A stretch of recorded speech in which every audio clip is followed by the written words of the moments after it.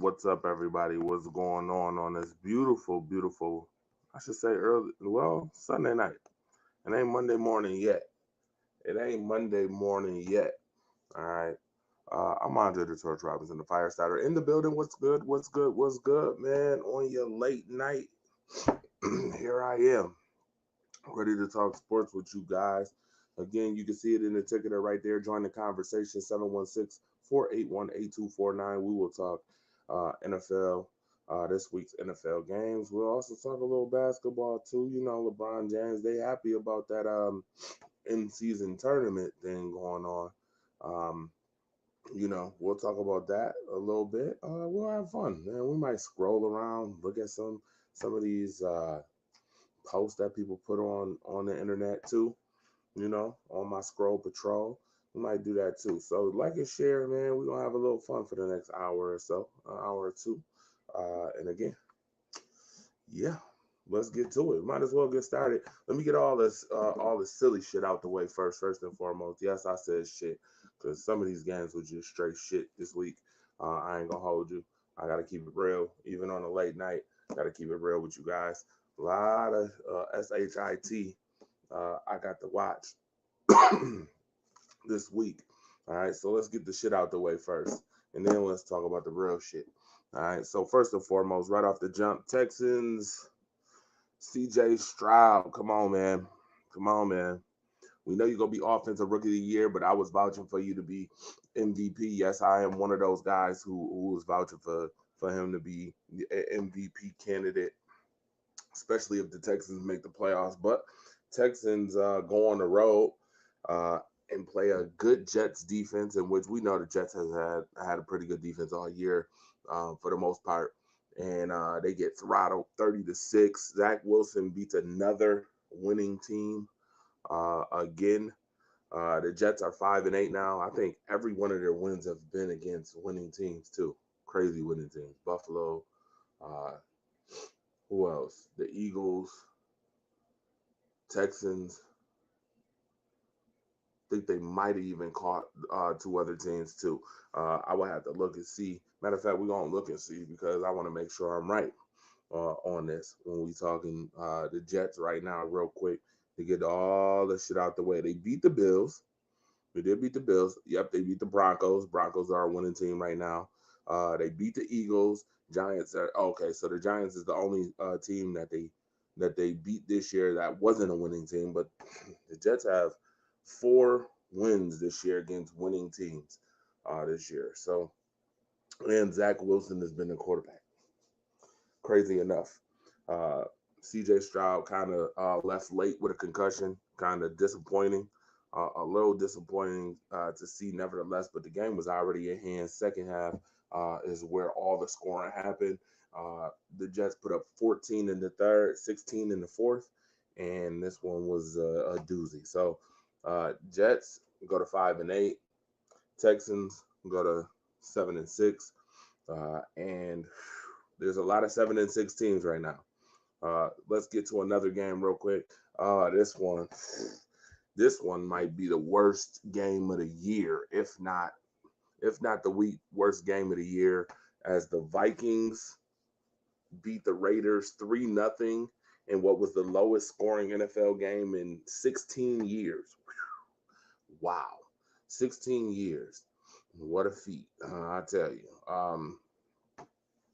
Ivan Pace Jr. had the game-winning interception for the Minnesota Vikings. Josh Jacobs limped off the field in the fourth quarter, so it wasn't like star players or role players wasn't playing. Also, Justin Jefferson took a big hit in the game in the second quarter, did not come back with a chest injury. Uh, Nick Mullins only had to throw for 83 yards in this game. Aiden O'Connell had 171 yards and an interception. Devontae Adams, I know this guy has got to want to leave Vegas as soon as possible. 7 catches, 53 yards. This team is abysmal. 5-8. You can't tell me that y'all thought that the Raiders would be just as good as well. Then again, we thought Aaron Rodgers was going to play for the Jets. So uh, I don't know. These Raiders are horrible, god awful. We thought they had it in check a little bit with the coaching change, but doesn't really look like it. Ethan Tweety, what's up? Monster, what's up? I see you. Dalton, what's up? See all you guys right now in here watching, like and share. Obviously, we are talking NFL football. I'm trying to get rid of like all the shit so we can talk about the real shit that's going on here. If you just tuned in, you're gonna definitely want to like and share. I know some people will probably come in later. I know we just watched Sunday Night Football with the Cowboys Eagles, which we'll talk about shortly. All right. Saints 28-6 over the Panthers. We know that the Panthers are a straight dumpster fire. All right, we knew that they're 1-12 this season, the worst team in football. They will most likely have the number one overall pick. Saints 6-7. Boy, oh boy, a lot of teams in that division, that god awful division, 6-7 right now. Derek Carr, overcame a couple injuries and a rough start to this game, but Alvin Kamara got on the board first. Then DeMarco Jackson got on the board too. Defensive fumble, picked it up, went 8 yards, scampered into the end zone, Saints have might have won but fired Da and Loomis Carr sucks. Yeah, I mean Chris Olave catches another touchdown pass, and who knew that Jimmy Graham was back in New Orleans? Who knew that Jimmy Graham was back in New Orleans? Derek Carr, 119 yards, 2 touchdowns. What in the world? Yeah, season has been quite weird. Some of these teams is just quite weird. Yes, weird teams. Life without Breeze. Yeah. Well, there ain't been a breeze for y'all. And it's been a little weird. A lot of y'all teams are a little weird, right? So, moving on, Broncos, Chargers, obviously, 24-7. The Broncos, 6 straight wins. Boy, oh boy, 6 straight wins now. Russell Wilson threw 2 touchdown passes in this one. Justin Herbert also got injured. He has I think, fractured uh, finger, fractured his finger. Um, we hate to see injuries. We don't know how long he'll be out for, but the Bills might catch a break against them. But we'll talk about them later on in the program. All right, we'll talk about them later on. Chargers, 7 points. They're 5-8 too. Denver goes to 7-6. I just want to know, where's all that energy for everybody who was talking that mess about Sean Payton when he got 70 points dropped on him by Miami. Miami dropped 70 on him, and everybody was talking smack. Now this team is a winning team. This team done went from oblivion to uh, winners of 6 straight,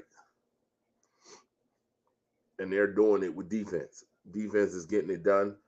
Russell Wilson's playing a little better, which is what they needed, obviously. And we might actually have a caller on the line. This might actually be a caller from Detroit, from the 313. Let's see who this is on the line.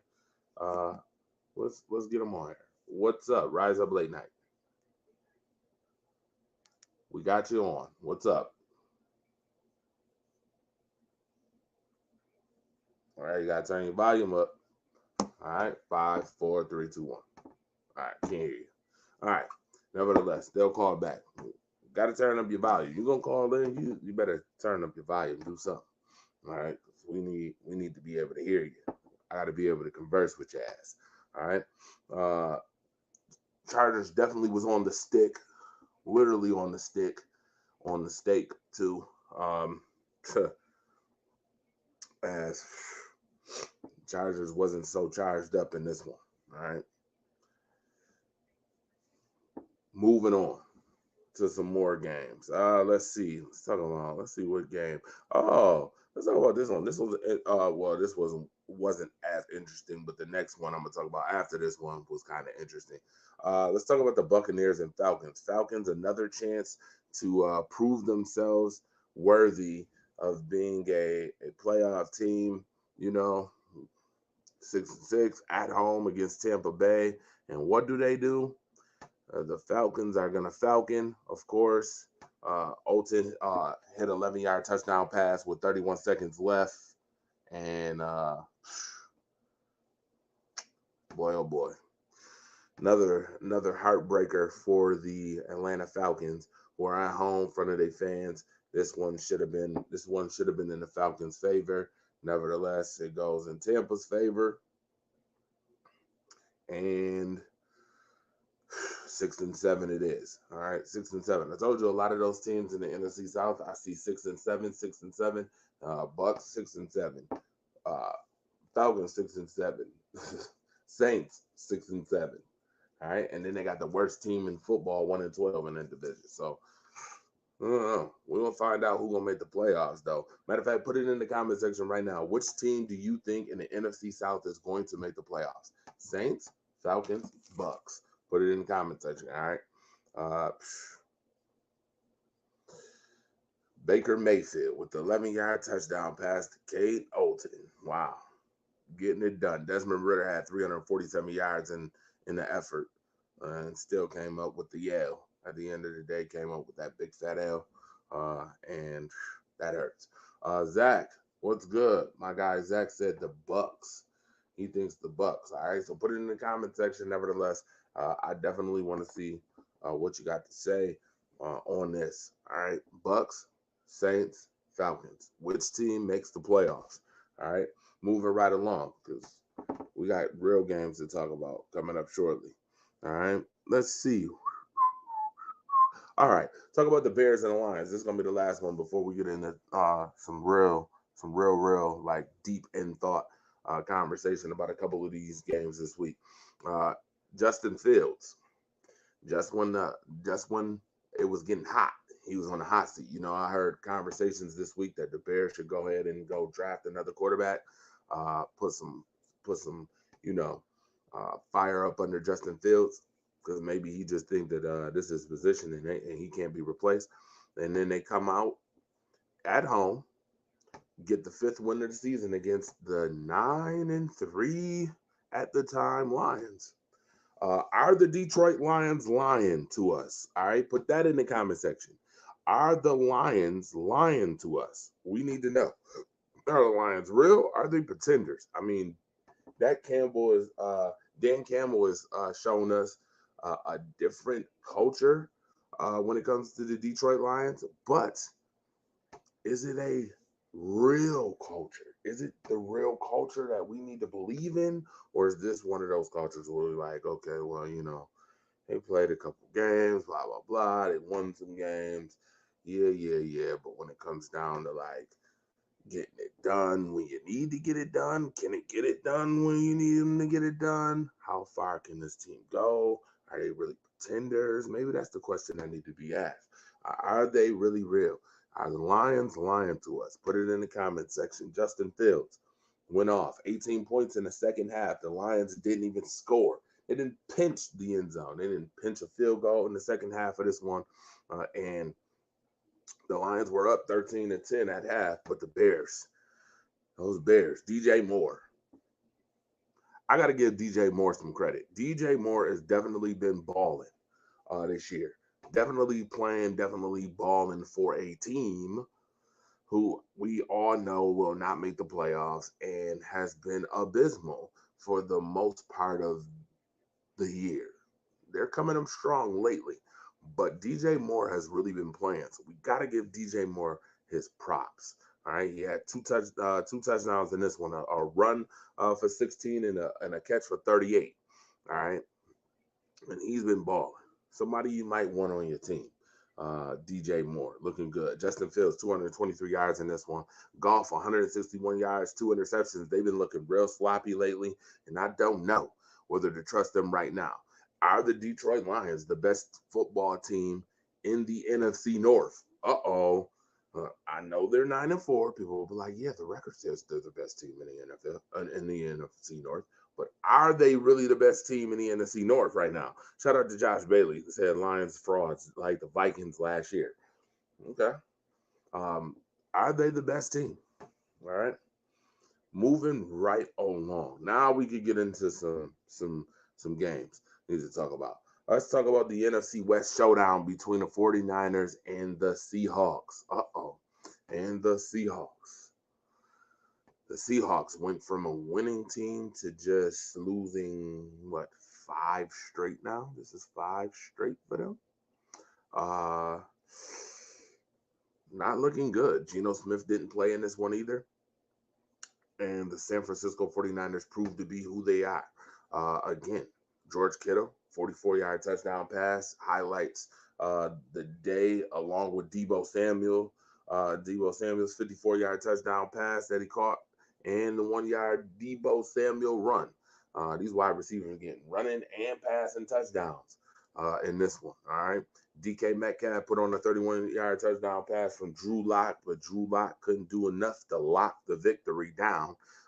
His 269 yards, 2 touchdowns, 2 interception performance just wasn't good enough because Brock Purdy put up 368. 19 attempts, 368, 2 touchdowns, 1 interception. Now, let me have this conversation. Christian McCaffrey, 145 yards, 2 on 16 carries today.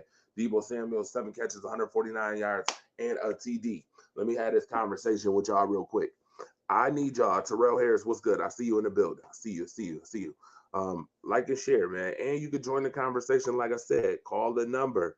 All right. We had a Detroit person call the number, but his volume wasn't up. Like his team wasn't up for today's game.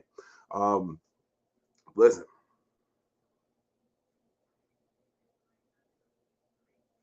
y'all hatred on Brock Purdy is crazy to me. Some of y'all just like to hate. I've been telling y'all for a while, Brock Purdy is just a different quarterback. I'm not saying he's like the most elite quarterback in the world. And I'm not saying that his offense is stacked. But what I will say is that he plays at a high level with what he has. And it's shown. Period. There's quarterbacks who have great talent on their team that doesn't play to the potential, which we'll get to one of those teams coming up. We will get to one of those teams who has a lot of potential, a lot of talent on their team, and still don't live up to the potential and don't play to the potential. Brock Purdy lives to the potential, even with his weapons. I told y'all a couple weeks ago, Brock Purdy called me and said, "Okay, where your weapons at? Y'all worried about his weapons? Where y'all's at?" Brock Purdy performs. Great game manager, by the way. Y'all better start giving him his props. And for that reason, I know another great game manager who won MVP back, about 20 years ago. Another game manager who won MVPs, and his name was Tom Brady. Uh, give Brock Purdy his props right now. And I'm not comparing him to him, but what I will say is that he's playing at a high level with what he has. We know that San Francisco has one of the best defenses. That's great. That's called great organizational moves. I want y'all to stop hating on teams for making great organizational moves. Stop being haters. I mean, 1 minute is, oh, well, can he do it with no talent? There's quarterbacks who make talent, and then there's quarterbacks who talent makes the quarterback. In either perspective, they still play in the National Football League. Okay? You cannot fault teams for making great organizational moves. Okay? San Francisco has been making phenomenal organizational moves in which I'm not faulting a team for being smart. Okay? I'm just not gonna do that. Y'all can be in your feelings and fault teams for, or some people can be in their feelings for faulting teams for making organizational moves, but I won't. Desiree, what's going on? I see you. I'm not gonna be that person. Okay. If you make great organizational moves and you play well with the organizational moves that's been made, good. Kudos to you. Brock Purdy, good job, my guy. 10 wins already this year, 10-3. They had that 3-game slump when people were injured. Just imagine what would have happened, since everybody like hypotheticals. What would have happened if, those players wouldn't have went down for 3 weeks? What kind of conversation would we be having then? Things that make you go, right? All right. 49ers, best team in football, by the way. Yes, I said it. You heard me say it. Stamp it. I stand on business when I say it. San Francisco, the 49ers, are the best team in football, because we just watched the other two best teams in football on Sunday Night Football, and we just watched what happened. And San Francisco has dominated both of those teams. Both of them. BOFFUM. Both of them. Okay? So, San Francisco, best team in football right now, to me, as it stands. If you got any differences of opinions, or you agree with me, you could join the conversation. The ticket, or say what the number is right there, 716-481-8249. Again, yes, I am saying that the 49ers are the best football team in football. All right? Now, where are my 49er fans at when you need them too? Where is my 49er fans? Because I know it's some out here. Where is the 49er fans when you need them? Lord have mercy. You know what? I'm about to tag a couple just so they can sit here and applaud the 49er talk. All right. 49ers looking good. Let's see what the schedule is for them for the rest of the season, by the way, while we talking 49ers football. Shout out to Frederick, too. I know Frederick is out there, too. Frederick, I think I tagged you already, though, sir. Frederick, my guy. I think I tagged you already. So, let's look at it. 42-10. 42-10 over the Cowboys October 8th. Then they took on the Eagles 42-19. They put up 42 points against both of these teams that just played on Sunday Night Football. What's going on, William Richter? I see you. I'm going to put your comment right there. How's it going? It's going well. You tell me how it's going. You can call in 716-481-8249. Talk about your Bills. We're going to talk about them in a minute.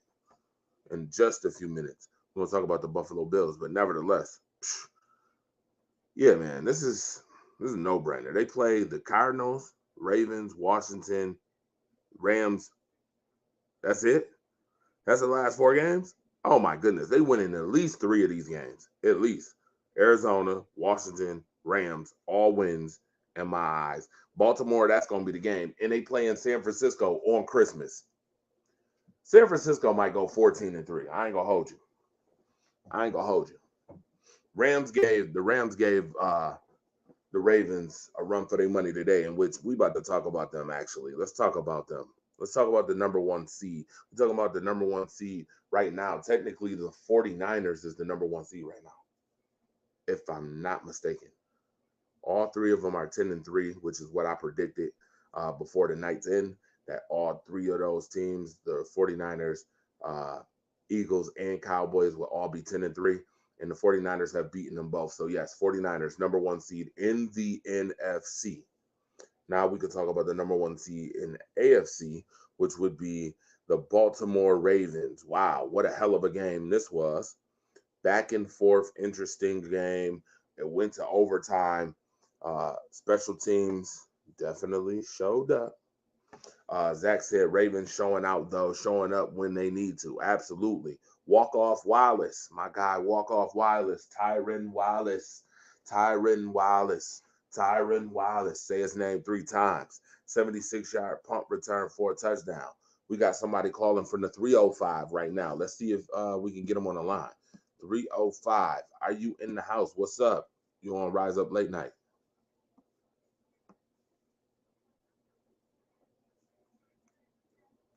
305, what's up?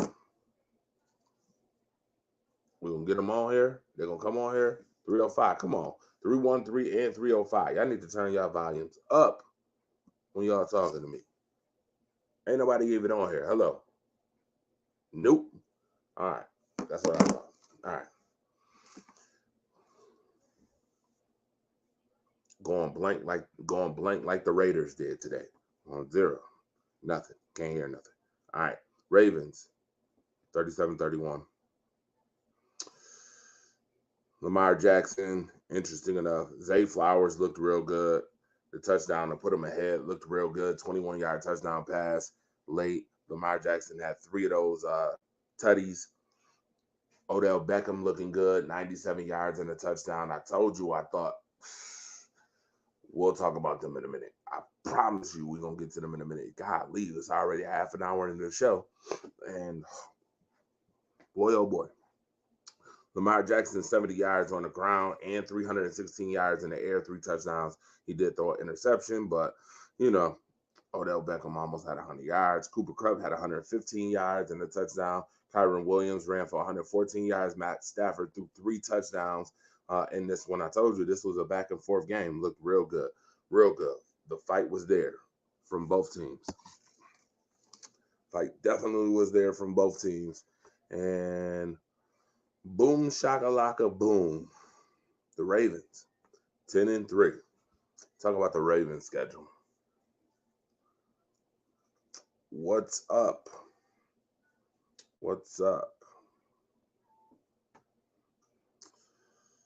Ravens for the rest of the season. They get the Jaguars next Sunday night in Jacksonville. Waiting all day for Sunday night. I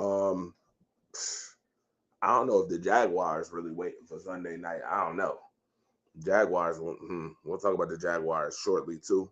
But they got the Jaguars, San Francisco, Dolphins. Ooh, ooh, ooh. That's a hell of a. And then the Pittsburgh Steelers, last game of the season at home.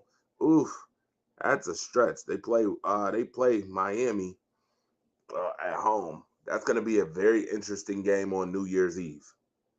That's the one I think for the conference, by the way. I think that game will be for who gets the number one seed.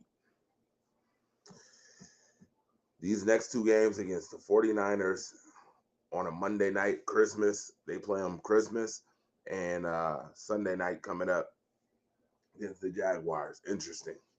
Interesting to see what Lamar Jackson does and those Ravens do in the next 3 weeks. But right now they're 10-3. I'm not answering restricted phone calls at all. Nope. All right.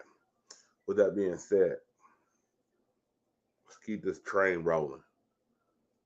Keep it rolling. Keep it rolling. All right. Again, like I said, if you want to call, come on. Turn your volume up. Bang my line, but turn your volume up. 305, and the 305, which is Miami, and the 313, which is Detroit, didn't want no smoke. All right. Oh, how did I forget to talk about the Bengals and Colts game? Oh, all right. Bengals 34-14 over the Colts. Sorry I missed this one. Jake Browning once again playing very well, keeping the Bengals in the playoff mix. I do not think the Bengals make it the playoffs, though. I don't give a damn. I don't give a damn. They think that Jake Browning might be the savior to their season. A lot of 7-6 teams right now. A lot of 7-6 teams right now. I do not think that they're making the playoffs, though. I mean, the last 2 weeks have looked pretty interesting for the Bengals. As they beat, I want to say, who did they lose to? No, I didn't lose. They didn't lose. They won. Yes, they won the last 2 weeks. They beat the Jaguars 34-31. Then they turned around, scored 34 more as they beat the Colts 34-14. Very well, and I can see them if they keep playing the way they are. He playing. Hey, what's going on, Miss Casey? How you doing? Patrick Mahomes needs anger management, said Alex Maffasoli. We'll talk about that in just a minute. And I got the clip that everybody want to hear from Patrick Mahomes. We'll talk about it coming up shortly. But now, getting back to these Bengals, yeah, the Browning definitely playing well. I just don't think they'll make the playoffs, though. I do not think they'll make the playoffs. Let's see who they got to play left this season, by the way. Let's see here. Dun, dun, dun, dun, dun, dun, dun.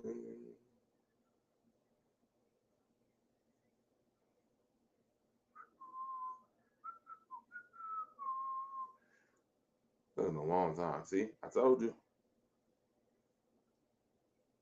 I think they're thinking about whether I should tell y'all who they play this season. Is it worth really telling y'all about who they play this season? We'll see.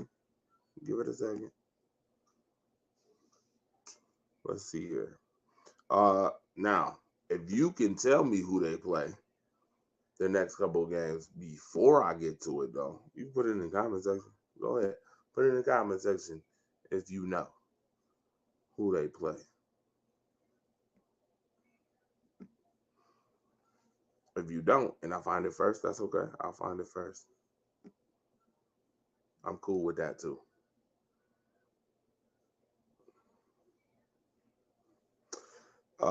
Miss Casey, you missed my rant about your 49ers this week. You missed it. I was hoping you was going to join a little earlier because I'm like, they're the best team in football. But now let's get back to these Bengals real quick. Bengals, let's go. Bengals, pull them up, pull them up, pull them up, pull them up. All right, here we go. Now,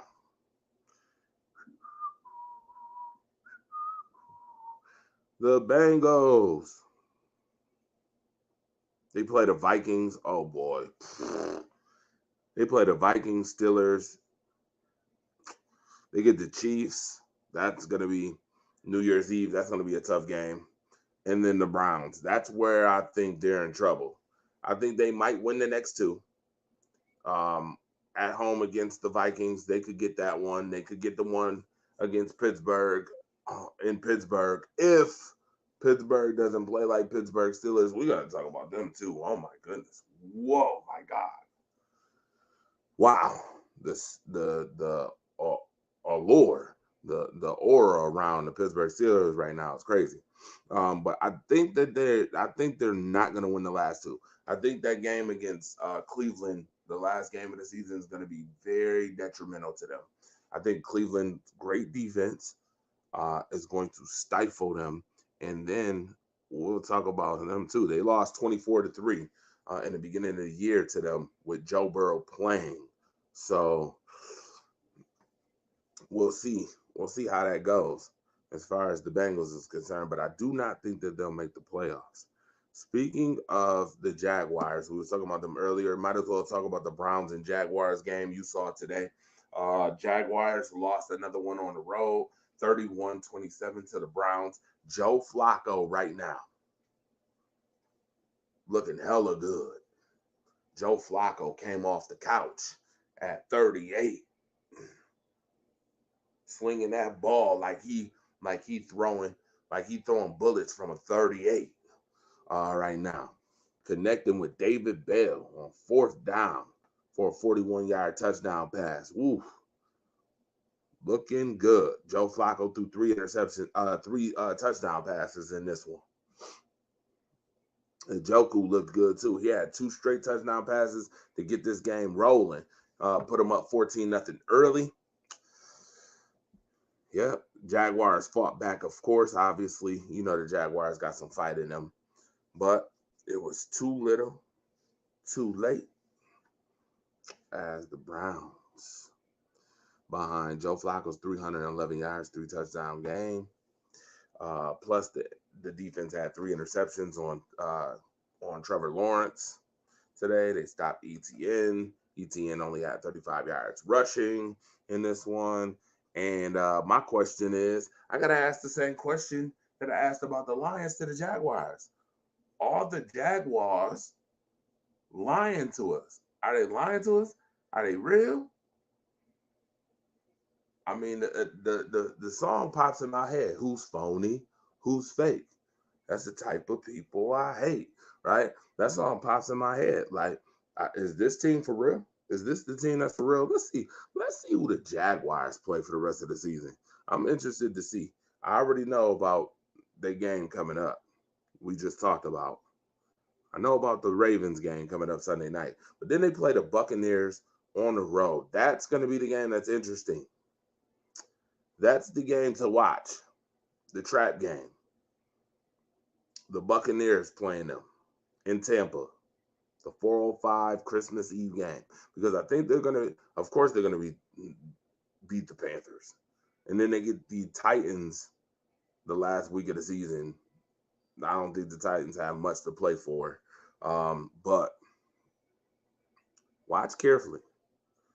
That's going to be the game to watch for. Circle that game on the 24th, Christmas Eve, in Tampa. And we're going to find out real quick if they real or not. All right. Put comments in the comment section if you want right now. Obviously, if you just tuned in, I am talking NFL football. You know, we keeping the motor running. Talking this NFL football stuff from this week. Steelers lost to the Patriots too. I forgot to mention that earlier. 21-18, lost to a 2-win team. Alex said, question from now to the start of next season, how many coaches will be fired and who will be fired? That's a great question. I'm actually going to say that for later. Good question, though. For the NFC playoffs, would you rather take the Eagles and the 49ers or the field? You got to finish that. First of all, I think the 49ers are the best team in football right now. I told you that. And I think the Cowboys showed you tonight that they can beat the Eagles. In fact, are we almost at that point where we can talk about that game? Are we almost? I think we are actually. I think we are almost at that point where I have ran down every game so far, except for the last two games that you guys watched real quick. Well, I'm gonna leave it up to you guys. Should I talk about the Bills Chiefs game first, or should I talk about this? Talk about the Eagles Cowboys.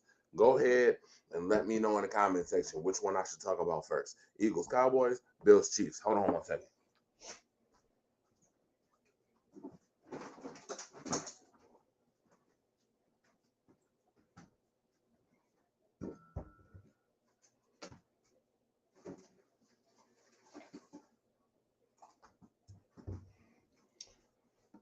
All right, I'm back. You know, I wanted to wet my whistle a little bit, get a little squirt. Can't go wrong with a little squirt, right?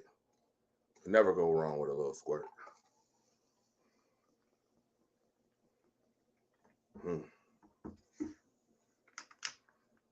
Oh, y'all want me to talk about the Bills Chiefs game? All right, so here we go. I'm going to start off this Bills Chiefs game by doing this. This is what I'm going to start it off with. All right. I'm going to start it off this way. And you guys. Myself, or for me, it's just I know how much everybody puts into this game, and for it to happen on a flag change the outcome of a game. In that moment, I mean, I've played 7 years, never had offensive offsides called. I mean, that's elementary school. We talk about. I mean, you point to the ref, do all that different type of stuff, and it doesn't get called. If it does, they warn you, and there was no warning throughout the entire game. And then you wait till there's a minute left in the game to make a call like that. It's just tough, man. I mean, lost for words, man. It's just tough because regardless if we win or lose, man, just for it to end up with another game and we're talking about the refs, man. It's just not what we want for the NFL and for football.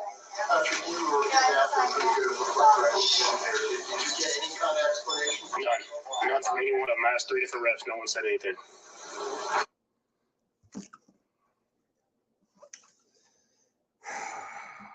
Boy, oh boy. All right. Y'all know that was one Patrick Mahomes press conference right after the game. Here's what I got to say to that.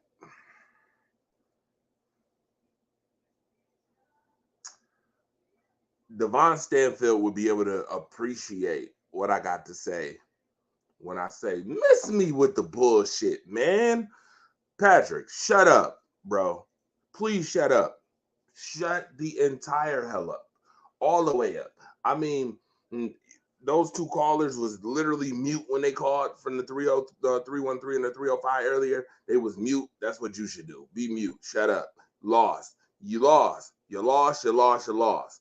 You want to blame the refs? I think it's absolutely abysmal. Your wide receivers all season have been ass. Damn, they're making the gas come out of me. Ass, bro. Ass. A-S-S in capital letters. I do not feel sorry for you. Dude, y'all used to get away with plenty of calls. Plenty. I mean, y'all have been on the receiving end. I mean, y'all like the Patriots. The Patriots a long time ago used to get away with calls and get on the receiving end, and then as soon as Tom Brady dropped off, you picked up right where he left off. Your team picked up right where that team left off.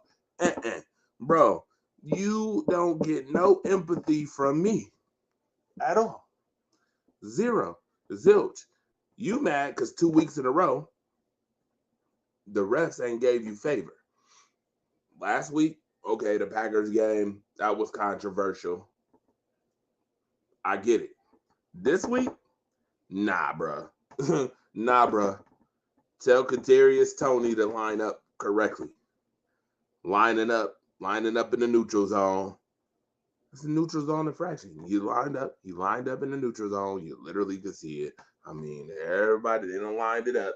No, it don't take Bill Nye the science guy to figure out that your wide receiver was lined up in the neutral zone. Oh well.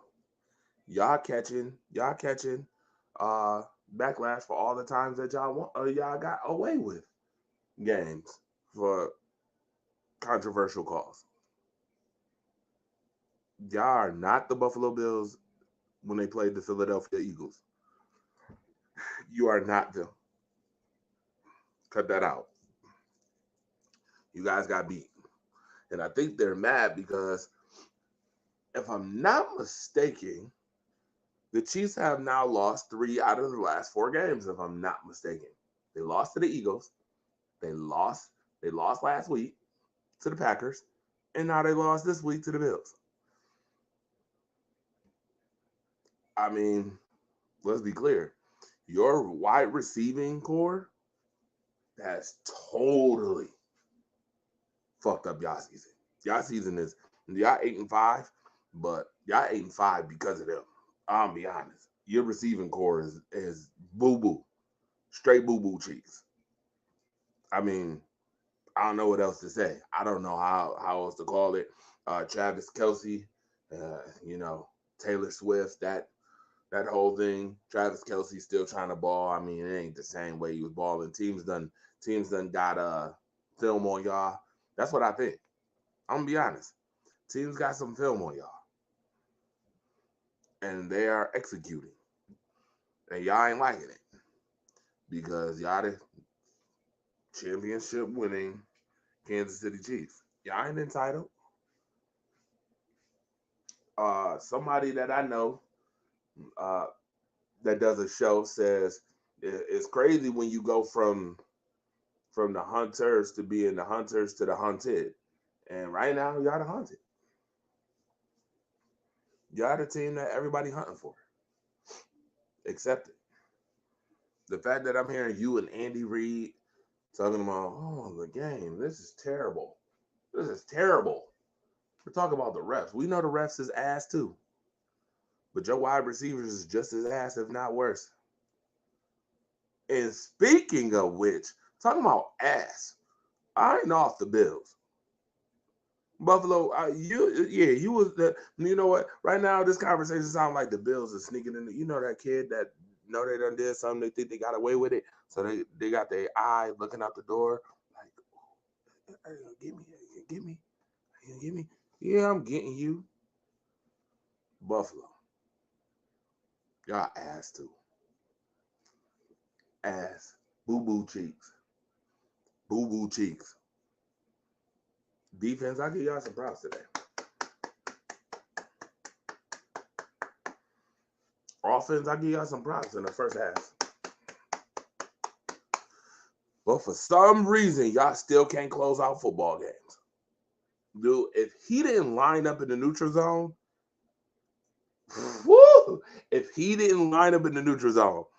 we would be talking about, I got a strange feeling. Now, I mean, there was probably a minute left.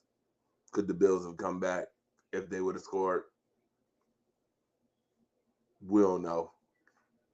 But what I will say is, if he didn't line up in the neutral zone and Kansas City scores, right?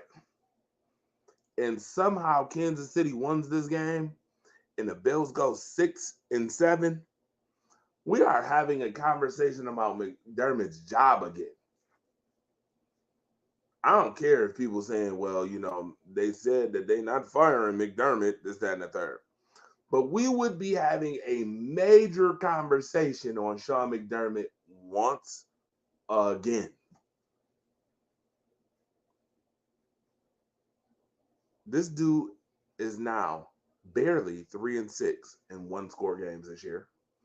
Lucky as hell in this one because Travis Kelce made a hell of that lateral looked way better than the Frank Wycheck lateral from Music City Miracle. Boy, I had a flashback when he did that. I'm like, No, this man did not just hit them with the lateral. Oh my God. The throwback. He hit him with the throwback, literally and figuratively. The throwback. I'm like, yo. Ouch.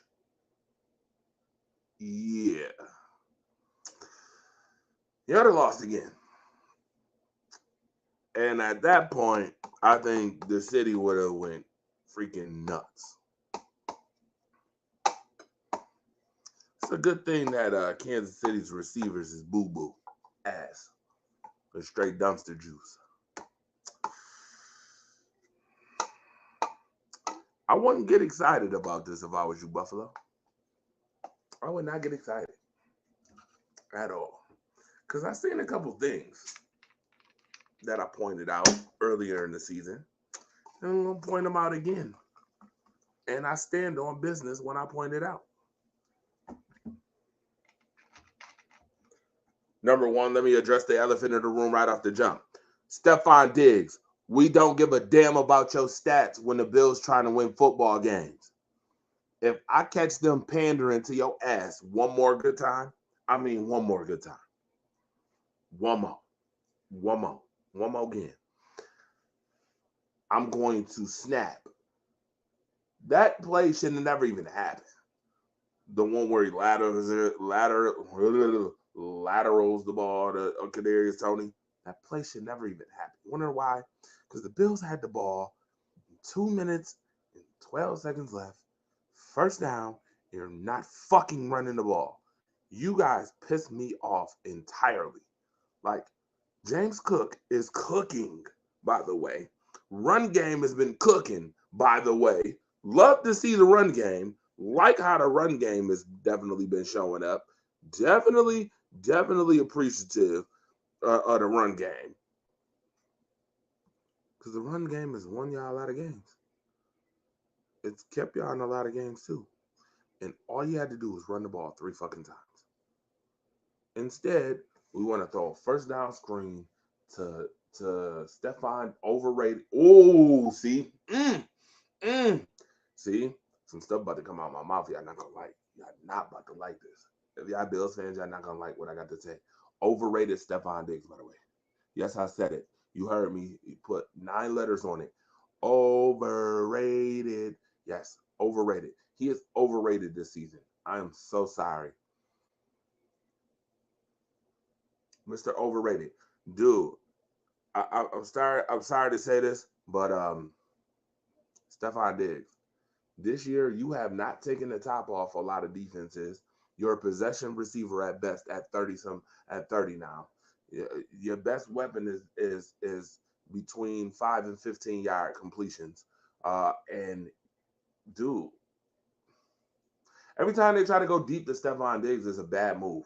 They're throwing interceptions, trying to force it. He threw your screen. Oh, well, because I only got like 3 catches today, I dropped the pass. And I'm like, why did y'all do that? Then the next play, they tried to go to him too. Again, drop. Oh, I'm sorry, incomplete. I'm like, run the mother effing ball. You don't run the goddamn ball and stop this BS. And then on third down, he gets what? I thought he got sacked. Did he get sacked? Did he get sacked or something? Yeah, he got sacked. Let's say he took a sack. Dude, this is the problem with the Bills. I've been watching it. Waste of possessions. Waste of possessions. Waste of downs. Free downs. Giving the other team free downs. Dude, you guys are fighting for your playoff life. Your playoff lives, and you're giving up free possessions. I'm watching it. I literally statted it on Facebook in the beginning of the game. They're like up 14, and here comes a waste of possession. Dude, we've been saying this for years. Against good teams, you got to put your foot on the throat of good teams when you got them. I.e., did you just watch what Dallas did to Philly today? That's what you do to a good team. That is what you do to a good team when they're up. When you're up on a good team, you put your foot on their throat. The reason why Dallas won with 33 points and didn't lose with 34 points. Big difference. By the way, you play Dallas next week. Here. I'll be here. I'll be there for that game. You play Dallas this week. Do not get too excited about this Chiefs 20-17 win. Do not. Do not. Because until the Buffalo Bills can show me that they can close out a game on their own without somebody else effing up, because the Chiefs, y'all was this close. Y'all was this close from losing that game again. If Kadarius Toney's foot is about an inch off, an inch back, we talking about the Bills with a losing record, 6-7 right now. I'm not thrilled. I'm not thrilled. Y'all not slick. Y'all better start playing better. Even better. Chiefs in the second half made adjustments. Buffalo did not make adjustments. Pissed me off.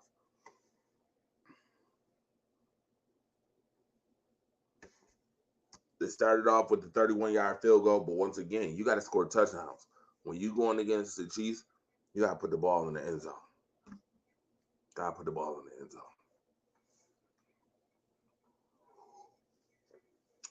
Kudos to the Bills defense this week.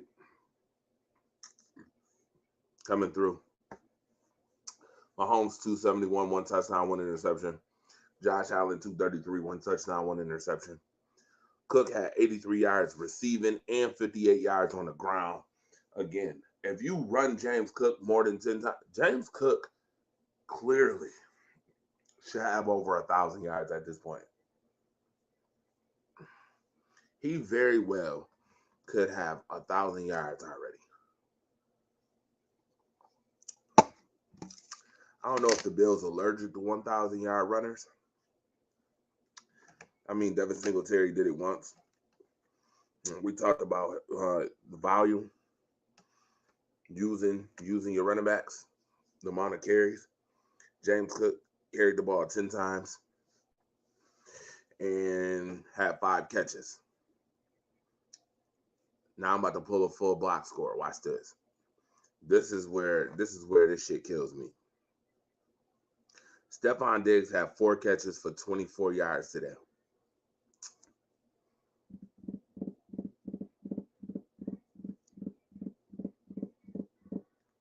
This team seems like they're committed to throwing to the running backs. If James Cook don't touch the ball 20 times a game, I'm going to start getting pissed off. Josh Allen ran 10 times today for 32 yards, and he had the touch-push score, which is good awareness by the Bills' offensive line, by the way, on that. But if James Cook don't start touching the ball at least 20 times a game, I'm probably going to flip my damn wig and flip out. I don't give a damn about Stephon Diggs' stats. I do not at this point. Okay? When you're trying to win games, I don't give a damn. Dawson Knox came back, 3 catches, 36 yards. Kincaid had 5 catches, 21 yards. Dawson Knox, we do not need $13 million for 3 for 36. I'm sorry. Gabe Davis, this is ridiculous. At this point, Gabe Davis should be out the door. Boo-bye. 2 targets, 0 yards, 0 catches, nothing. You had nothing this game. And you're supposed to be a number 2 receiver. Get out of here. Get out of here. It's ridiculous. Sad. It's atrocious. Oh.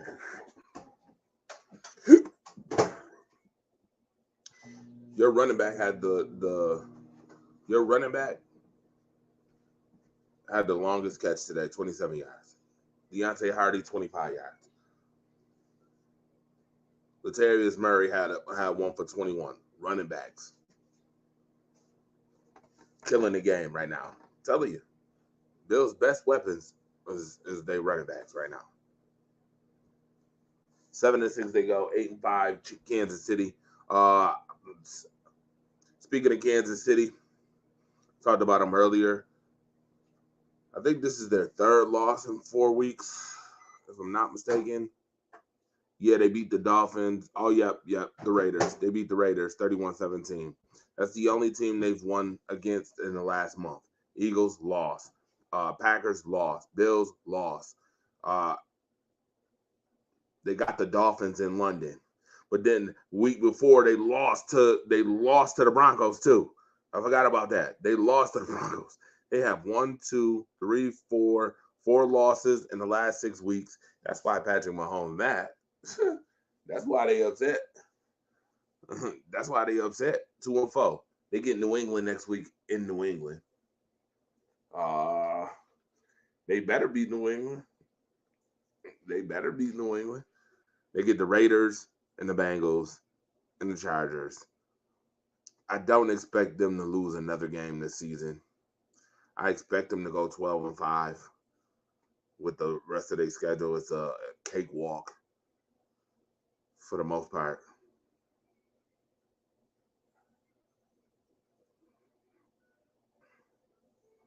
Yeah, get out of here.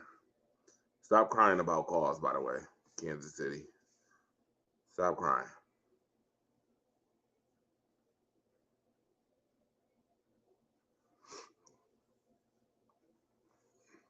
And then these commentators is ridiculous. Get off this man's nuts. They are on Patrick Mahomes' nuts like it's nobody's business. Get off of him. Seriously. Comes off as bias. Journalism sucks, by the way, when you do that. And yes, I'm one to call it out. I can call it out. Being where I am, radio, TV, paper, all that. Yes, I could call people out. Just because they on national broadcast do not mean I can't call you out. Yeah, stop doing it. It's terrible. I literally have to mute my TV because they do it, and it sounds pitiful when they doing it. All right. Bills play Dallas next week. I know a whole lot of Bills shows coming up, so I'll leave it to them to talk Bills stuff, more Bills stuff this late night. We got other stuff to talk about too, some more stuff to talk about. We got to talk about this game, Sunday Night Football, in which, how about them Cowboys? How about them? Dak Prescott threw 2 touchdowns. Aubrey made 4 field goals. He has now hit 30 for 30, by the way, and this is not an ESPN special edition segment of whatever athlete they wanted to 30 for 30. This is actually 30 field goals for 30 tries, and he's made them all. Shout out to Brandon Aubrey, by the way. Good job. 15th consecutive home win, by the way, for these Cowboys. Cowboys looking pretty good. Looking pretty good. I said that they was gonna lose this game to Eagles, and now for 2 weeks in a row they've been blown out. Oh, by the way, I'm not off the Eagles neither. The Eagles don't get a pass just because it was a Super Bowl team last year neither. I want to say right now,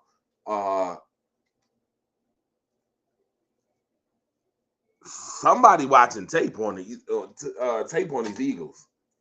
Somebody is watching tape on these Eagles. Let me tell you, 4 weeks, right? The last 4 weeks, all real opponents. Kansas City, you barely snuck by Kansas City. I tell you, speaking of them boo-boo ass receivers, Lord have mercy. If MVS doesn't drop that ball, Kansas City walks out of there with a win. Walks out with that win. That's an L. That would have been an L for Philly. Good job. Lucky as hell. Once again, Kansas City Chiefs receivers giving away victories again. Yeah. For the most part, what was the score? 21-7. Was it 21-17? Yeah. Good defense. Teams watching. Buffalo came into Philly. Dropped 34. Joe Brady and that offense looked really good against that defense. Defense looking quite ass right about now. Quite ass. Boo-boo. Boo-boo cheeks. Came in there and dropped 34. I said, watch out now. Because the next 2 weeks after that, they escaped. They escaped with that one. Buffalo let that game go. Buffalo gave that game away. Stupid. Stupid Buffalo, by the way. Gave that game away. But then the 49ers came out, bust their ass, smacked them up and down, physically dominated them, just beat them right the hell up.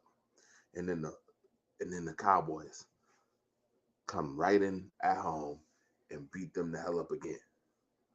The Eagles in the last 4 weeks look very, very, very, very beatable and simplistic, by the way. It is a blessing for the Eagles, though, that the Eagles have an easy schedule for the rest of the season. And they're not going to be too much tested anymore, which I think is a bad thing. Watch this. I think that's a bad thing if you're the Philadelphia Eagles. And the reason why I say that is because those 4 teams got tape on that ass. And they seen it. Guarantee you, whatever playoff teams they play is going to be watching them 4 weeks. If I was any playoff team right now in the NFC coming up, I'm watching tape on those 4 games specifically. If you want the blueprint on how to beat the Eagles, watch those 4 weeks. Oh, and then the week before, they barely beat Dallas. I forgot about that. They barely beat Dallas. So let's go all the way back to the 15th of October. Wow. The Jets beat them. They beat the Dolphins by 2 touchdowns. I remember that. That was the Tua Jalen game. They barely beat the Commanders by a touchdown. They barely beat Dallas 11-5, 28-23. Then here's where they really got lucky, and people were like, well, they racked off 5 in a row. A lot of fools go. 21-17, MVS dropped. Buffalo dropped that game like bums, like goofballs, because Buffalo can't close. 49ers, ass whooping. 42-19. Thorough ass whooping. Then get a thorough ass whooping again. 33-13. Those last 5 weeks, 6, 7, 6 out of 7 weeks, Eagles been looking real beatable. What's good, Marcus? Eagles been looking real beatable. They play the Seahawks next week in Seattle. Do not cross that game off as if the Eagles are just going to come out there and beat that ass. No. Let's be clear. Let's be clear that the Seattle Seahawks have a good offense as well. So watch out. Watch out for that one. Okay? That the way that the Eagles are built is kind of the way the Seahawks is built. Think about it. DK Metcalf, the big receiver. AJ Brown, the big receiver. Devonta Smith is your number 2. Tyler Lockett is your number 2. Your number 3. Who is this? Who really is the Eagles' number 3 receiver? Who is he? Who is he? Anybody know who their number 3 receiver really is? Really is? Because I see a 3-man game. And where was the Eagles running backs today? Where was the Eagles running backs today? Quez Watkins is not a number. I'm sorry. Quez Watkins is a number 3. Where was Julio Jones? Where was Zacchaeus? Covering was taking kicks today. Quez Watkins, where? Dallas Goedert is back, which is good for them. But who is their number 3?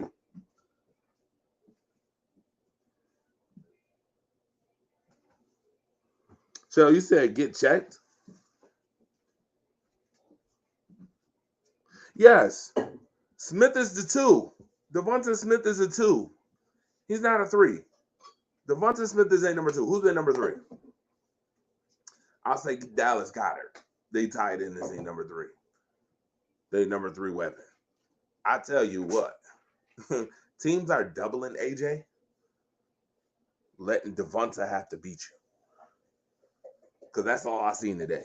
Devonta had a catcher too, but AJ Brown was on lock. They put him on lock. They put him in shackles today. Yeah, Dallas Goedert's got to be their number 3. I'm telling you right now, teams have tape on them. Teams got the tape on them. If you can jump on Philly early, and you can keep Jalen Hurts in the pocket and make him roll to his left, not the right, because that's a strong side. If you can make him roll to the left, you got a good combination for stopping that team. Make him roll to his left. Keep him in the pocket. Keep him in that area. Don't give him running lanes. And watch. Watch what I tell you. Yes, you asked where Eagles players was, and I'm saying they was being checked. That's why. Oh, yes, absolutely. Yeah, they was held in check. They was getting checked. Okay, I get you. I got you. Yeah. That's the blueprint. Jump on them. Oh, and run the football. Run the football. On the Eagles, run the football, not in between the tackles. Make sure your offensive line can seal off the edge. Because if your offensive line can seal off the edge against the Eagles, oh, it's like Christmas. It's like Christmas morning. Like Christmas morning. Easy on Sunday morning. It's easy on Sunday morning. I'm telling you. Watch what I tell you. James Cook did it last week, and Dallas did it today. Yeah, they can't stop it. They can't stop the run game outside the tackles. Cannot. Telling you, it's like Christmas for them. Any team. Cheryl, what is up? What's up, Cheryl? See you. LeBron, what's good?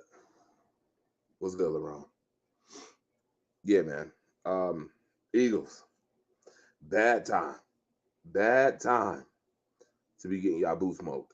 Now, the next 3 weeks, listen to this. Watch this, y'all. This is why I say this is bad for them.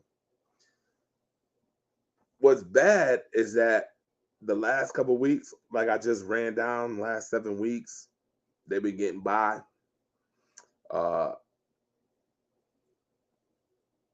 They should be, quiet as kept, they should be on a 4-game losing streak right now, if we being honest. MVS, Buffalo can't close, MVS, and then these 2 beatdowns that they took. Yeah, they should be on a 4-game losing streak, the Eagles, right now. Should be. What makes this bad is that they play the Giants right after the Seahawks game, right? Which I'm telling you right now could be a trap game, especially that the Seahawks is still trying to get in the playoffs. This could be a trap game. Seattle has lost 5 games in a row, and I guarantee you they do not want to lose a 6th. I just explained to you how similar those 2 teams are offensively, Seattle and Philly. The only difference this year has been defense. Seattle's defense hasn't been the greatest. Philly's defense has been stout for the most part. But again, like I said, AJ Brown, DK Metcalf, Devonta Smith, Tyler Lockett. We was talking about their third, which is obviously Dallas Goedert, because Quez Watkins or none of them, I ain't seen them. But then you got Jackson and Jigba over there, Seattle. And Jigba, who can ball. Running backs, DeAndre Swift, Kenneth Walker. Quarterbacks, Jalen Hurts. Geno been hurt. Geno's hurt. We seen what happened this week. Seattle having a backup. Didn't do him any favors this week. But for the most part, just watch. Keep watching. That could be a trap game in Seattle. But then they play the Giants on Christmas. They play Arizona on New Year's Eve. and then the Giants again the last week. To me, that does them no favors because that they're not playing against any competition. And then you're expecting, because those 3 games probably will give them 13, it will give them 13 or 14 wins this year, right? Because the Seattle game is the only game left that they really got to. So that gives them a number 1 seed, maybe a number 1, maybe a 2. If San Francisco closes out and wins all 4 games, then Philly would be number 2 if they win the division. That's if they win the division. Now, again, they still hold the tiebreaker over Dallas for some reason, god awful reason. I think it's divisional record, by the way, or a conference record, by the way, why they do. But they would be a number 2. They play at home against who could be a real opponent. Who right now is number 7? Anybody know who number 7 is? Uh-oh. Y'all know who number 7 is in the NFC? I'll let y'all answer that. I'll let y'all put it in the comment section. If you can tell me the number 7 seed right now in the NFL, I mean in the NFC right now, tell me who it is. And then tell me, would you want to play them in the first round? If you're number 2. That's if you're a number 2. If you're the Philadelphia Eagles. I'm not saying the 49ers. 49ers that's a different conversation. Different story, different conversation. But if you're the Eagles, do you want to play that number 7 seed as a number 2? And yeah, you're at home. Correct. No, Shells is correct. John, the Vikings is number 6. And they look like boo-boo. And they look like boo-boo shit right now. Yes, Deborah, you're right as well. Miss Casey and Deborah, correct. The Packers. You sure you want to play the Packers? You sure you want to play the Packers? I mean, I could tell you that the Packers have looked a lot better. They're a team who can run the football. Those rookies lately have been looking really good, and Jordan Love is getting confidence by the minute. Packers defense has been playing pretty good. By the way, don't believe me? Well, let's just look at the Packers right now. And let's look at their remaining schedule. I actually think the Packers might get a 6. The Packers play the Giants tomorrow night. I wouldn't sleep on the Giants. You shouldn't sleep on any team. But the Packers, Jordan Love, that's going to be win 7, number 7. And they play, let me just tell you who the rest of the schedule is for the Packers. Giants, Tampa Bay, that's a game you got to watch for. Tampa, but it's in Green Bay. Tampa, they play the Carolina Panthers. They play Minnesota New Year's Eve. And the Bears. Well, we all know the Packers have the Bears number. Always. I see 1, 2, 3, 4, at least 4 out of 5. That would give the Packers 10 wins. And looking at, and if we looking at the playoff brackets, so all the teams right now, Packers probably will, at worst, get a 7. At best, they could get a 5 seed. That looms very large for a team like the Packers, and here's why. If the Packers just was to get to a 5 seed where you're playing the NFC South, who's afraid of the NFC South? Nobody. There's not a team in the NFC South I'm afraid of. That looms large for them. Because then the next week you're playing against who could be still the Eagles. If the Eagles can get there. I'm not saying the Eagles can't. Let me not say that. But if I'm the Eagles, I do not want to play a team who can play good defense and run the ball well. I don't want to do that right now. I don't want to play a team who can make a couple plays too that matter against our defense when our defense is looking the way it is right now.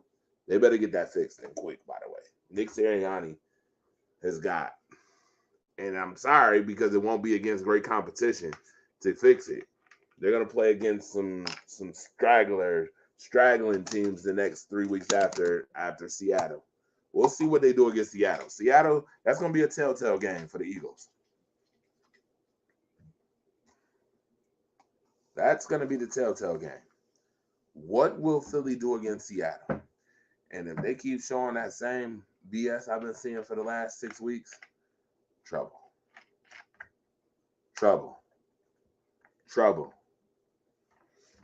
I'm smelling it.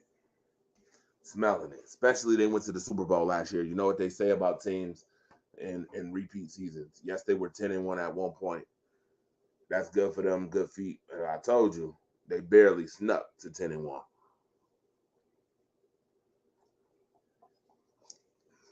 They got it. But that sneaky shit looms large. Seattle's going to be hungry after losing to San Francisco again. Yeah, they're 6-7. Seattle was a winning team. Don't get it confused. Next week's game will not be easy for Philly in Seattle. Do not watch that game like it's just okay. Because that could be loss number 4 if Philly ain't careful. Now,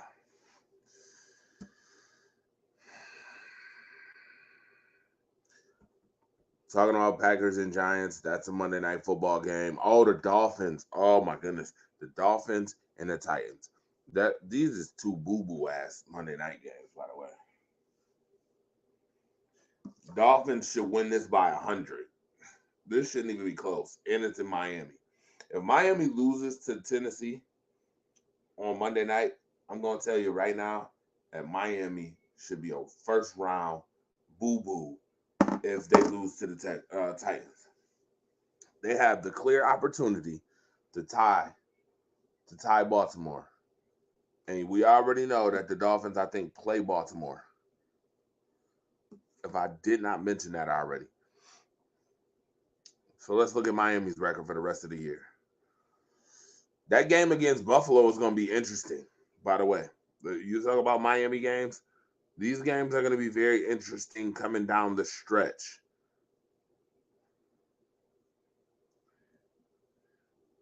You get the Titans, right? They play the Titans. That's good. The Jets, good defensive team.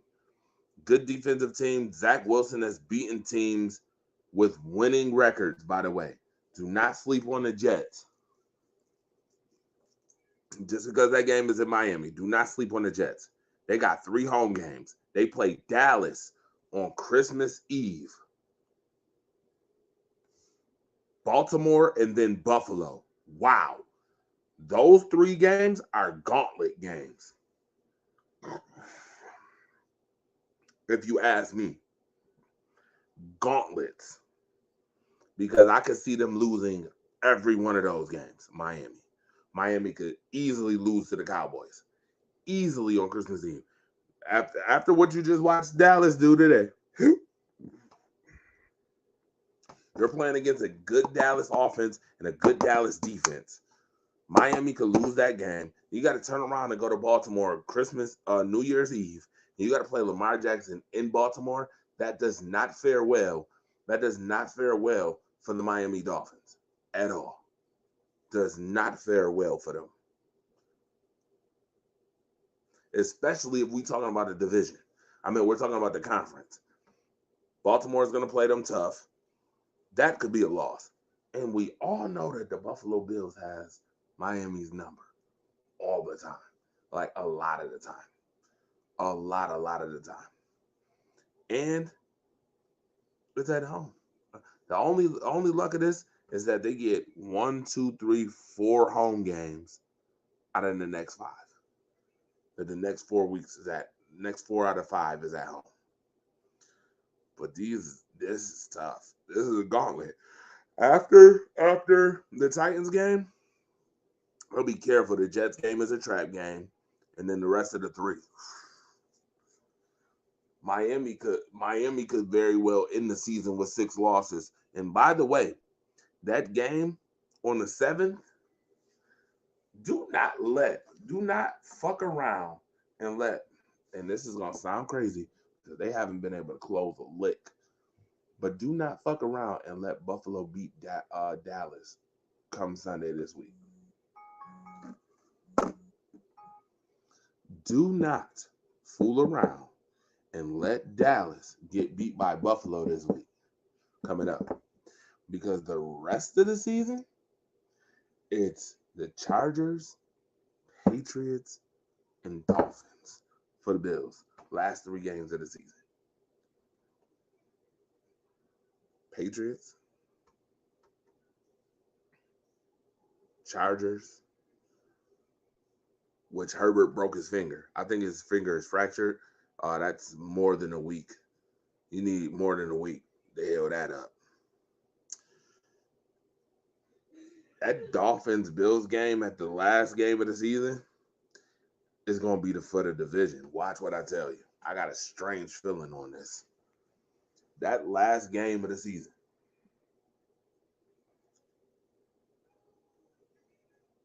Miami has to win the next 2 games. Because those are their 2 gimmies. They got to. They got to win those 2. If they lose any of those games, and then they get beat by Dallas, and they get beat by Baltimore, this is Miami. That would be 6 losses going into Buffalo's game. They're in trouble. That's for the division. That's for the division. If Buffalo can if they can rack off a win against Dallas in the rest of the way. We'll see. Quite interesting coming up. Quite interesting. Now, with that being said, I done wrapped up football for this week. I'll wait till next week to talk about next week's games and make picks on next week. Real quick though, I want to talk about LeBron James in this in-season tournament. Let me start off by saying congratulations to the LA Lakers. That's where the buck stops for me. Okay. Congratulations, in-season tournament. We all know why this in-season tournament is in play. Do we all know? We know why, right? We do know why they created this, right? Everybody know? Anybody know? If you don't know, I will tell you. The in-season tournament is a deterrent to what we call load management. Meaning we make the best players play and don't give them time to take off. Plus, we throw some money in there so other players get played, including them. I think it's 500,000 they got paid. The winning team got every player got 500,000 for winning. So as an incentive, we make sure all y'all play. Notice you did not hear about anybody taking games off already this season. Nobody. I haven't heard nobody really taking games off. So you boost TV ratings on top of the fact, because little do people know that the NBA had been losing ratings for basketball. Because people kind of feel like, man, why should I watch during the season? I watch playoffs. That's where it really get juicy. We're just watching when the playoffs come on. There's plenty of people who sound like that. So what do? Create an in-season tournament, make it interesting, make people want to watch. So you boost ratings. You alleviate load management. And then there's an incentive. In-season tournament champion. 500K. Now, this is not a finals ring. Please, for folks who are like, oh yeah, well, this is just another great notch. No, it's the first time they've done this. It's the first time they've done this. This does not tell you that the Lakers and the Pacers are the best two teams in the NBA. It does not. Not by any stretch of the imagination tell you that these two are the best two teams in the NBA. It does not. Okay? So all that, like, oh yeah, the Lakers, blah, blah, blah, this, that, and the third. No. Too early. They're still not better than the Nuggets. I don't think they're better than the Clippers. When they play better, when the Clippers play at full strength. I don't think they're better than them. The Timberwolves are pretty damn good this year. I won't say they're better than the Lakers. They're pretty damn good.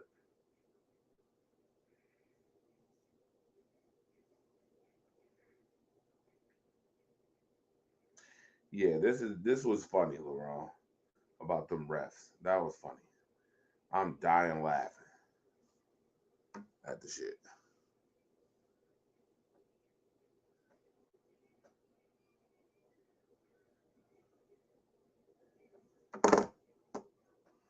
Yeah. So, with that being said, I hope everybody understand now. So I don't want to hear about LeBron James and this, that, and the third. But I will give LeBron James hella props.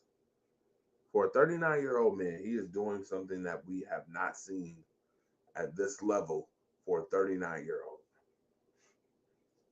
Kobe and Michael wasn't this dominant at 39 individually. Now, has he won championships? No. So we're not going to go there. Last time they won a championship was the COVID year, okay? And we're leaving it at that. But individually, LeBron James has been very dominant. You got to give him props where props is due at 39. I mean, Kobe's greatest accomplishment at 39-40. Yeah, it was 39-40 when he retired. Basketball was the 60-point game against Utah. I want to say it was against the Jazz. Yeah, against the Jazz, 60 points went off. But LeBron is playing at a very high level. Very, very high level at 39. So give him his respect. Gotta respect his gangster. As much as I'm not a fan of LeBron James, but get that man his due. But I don't want y'all to go too far, like, oh, such and such and such, because it's in season tournament. We'll see when the playoffs come. And with that being said, it is 1:13. Hour and a half has went by. I think we did pretty good tonight, talking about all these. all these games in the session. Next week, we'll talk about boom, boom, boom. We'll make picks. Well, coming up later on this week, we'll make picks. Tomorrow, I will be at the Sabres game on the radio at 10 o'clock with Movie Hawkins and them talking about this Bills game, which I'm going to have a whole hell of a lot to say coming up. They know how I give it up. The fire started on by his tongue. Whatsoever. I do not bite my tongue at all. Now,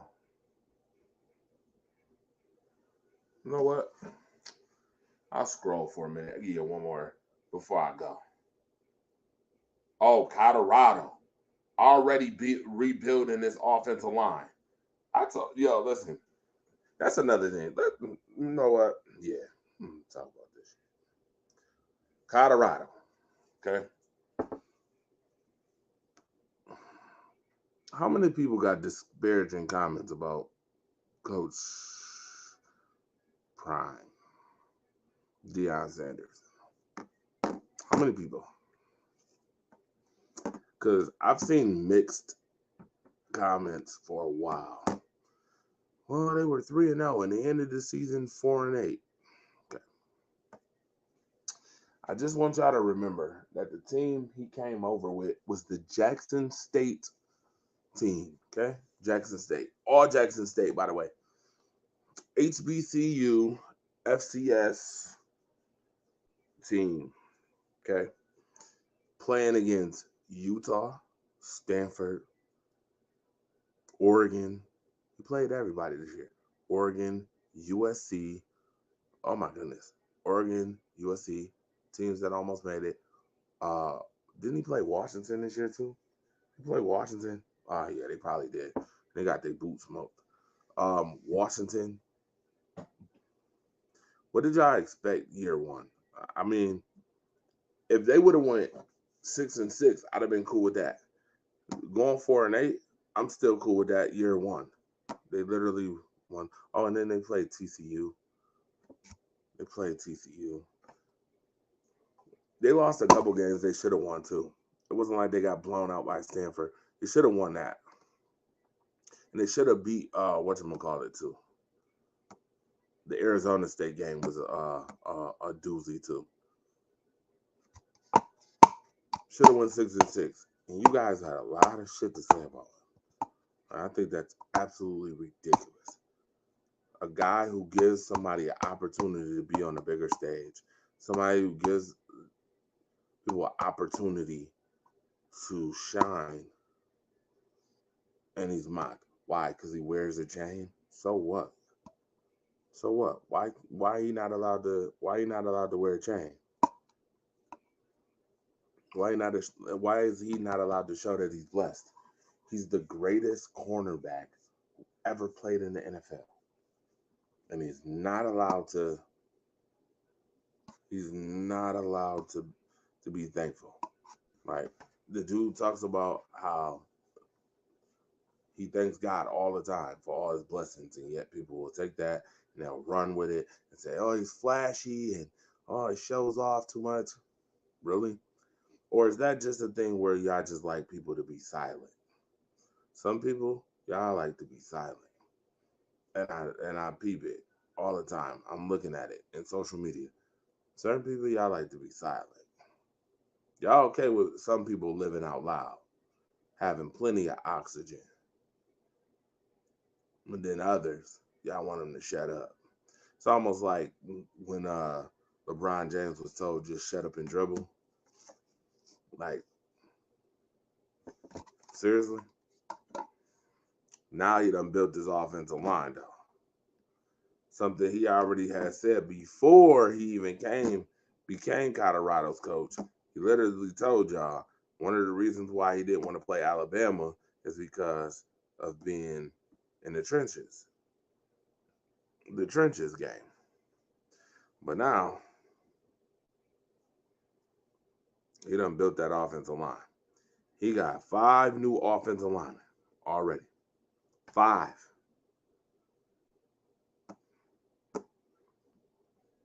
And I'll let you look them up because I just lost them. I had it, but I just lost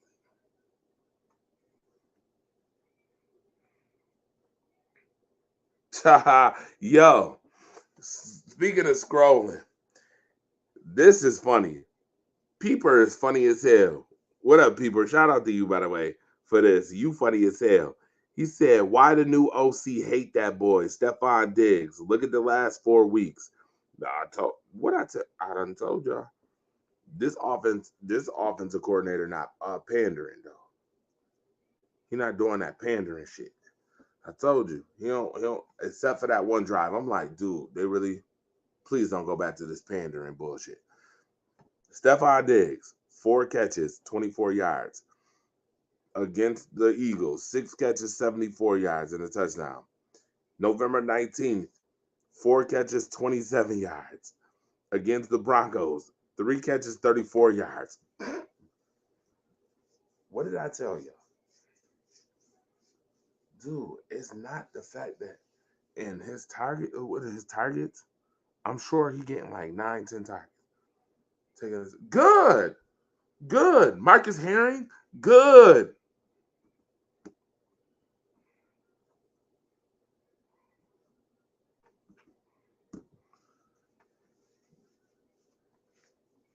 They should. Good. They should. They should take the targets. Dude, I'm telling you. I don't care. People ain't gonna like me, but Stephon Diggs is a possession receiver. A glorified, I won't say glorified because he's really, really good at route running. He is an elite possession receiver. That's it. He's an elite possession receiver. And Gabe Davis as your number 2 is a major mistake. Let me tell you why. I'm literally watching Odell Beckham right now in Baltimore balling. You think he wouldn't ball out with Josh Allen being his quarterback? Balling. That's where Buffalo fucked up at. Excuse my French. That's where they fucked up at. Because they should have, and this is where Brandon Beane needs his ass whooped. Somebody need to go get a paddle and whoop his ass for not going to get him or DeAndre Hopkins because you spent $13 million on Dawson Knox and you really ain't even been using 12 personnel like that. And Dalton Kincaid has already shown he's better. Already. Need your ass whooped. Von Miller should have been a 3-year deal. You spent all that money on him. Terrible, by the way. Organizational moves. This is why I said earlier, you cannot get upset about teams who make good organizational moves. He need his ass whooped for not going to get a number 2, a real number 2, because it's going to bite Buffalo in the ass coming up. Watch what I tell you. If Buffalo run the gauntlet, thank God, it'll be because running backs definitely stepped up. It'll be because the running backs definitely stepped up. Dalton Kincaid is going to have one of those games where he has 7 catches, or have a couple of games where he's got like 7 catches and some money. Because guess what? Him, Shakur, you want to know who their best weapons are right now? James Cook, best weapon on the entire offense right now, by the way. Yes, I said it. I don't give a damn if I don't like it. James Cook, Khalil Shakur, Dalton Kincaid. I just read you the stats on Stephon Diggs. I just read you the stats. I guarantee you, if Buffalo would have lost today, if Kadarius Toney's foot would have been an inch back, I guarantee you, Trayvon Diggs would have been tweeting. I bet you he'd have been tweeting. I wouldn't be surprised if he don't tweet this week again. My boy Stephon Diggs only getting 4 catches, 24 yards. 4 catches, 27 yards. 4 catches, 3 catches, 34 yards. Guarantee. I would not be shocked.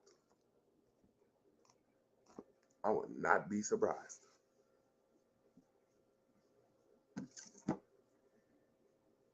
You do not need to pander to him. I'm sorry.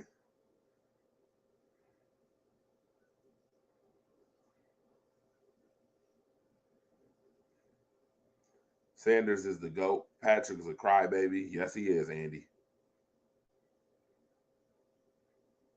Yes, he is. I can't believe he is crying about that. What, because the Bills 3-3 against you now? The Bills done beat them 3 times, by the way, in Arrowhead. That's number 3, by the way. But it's all regular season. Again, you got to close when it counts. They lucky today. Again, you want to talk about lucky? The Bills is lucky today.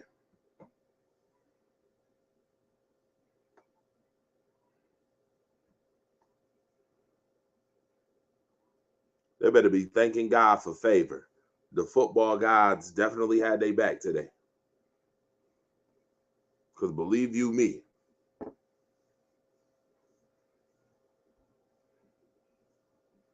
that looked like another loss. I'm like, oh no.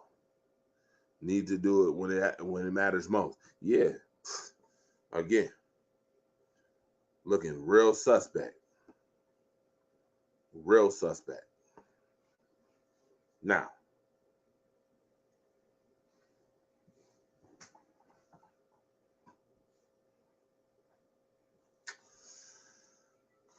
let's scroll one more time. All right.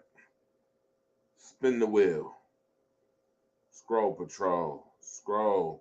One more time. Romo, shut the... Yes, Romo needs to shut the hell up.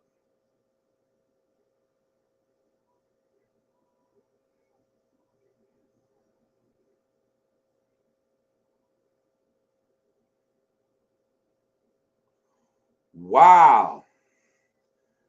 Well, see? This is where I keep saying, this is why, right here. This is why. So look at the play. Kadarius Toney, definitely off sides. Look at the next play. That next play is Von Miller, lined up totally off sides. This is why, right here, see? They can never do themselves any favors, because now this is going to be, you're going to hear about this. I'm sure you're going to hear about this.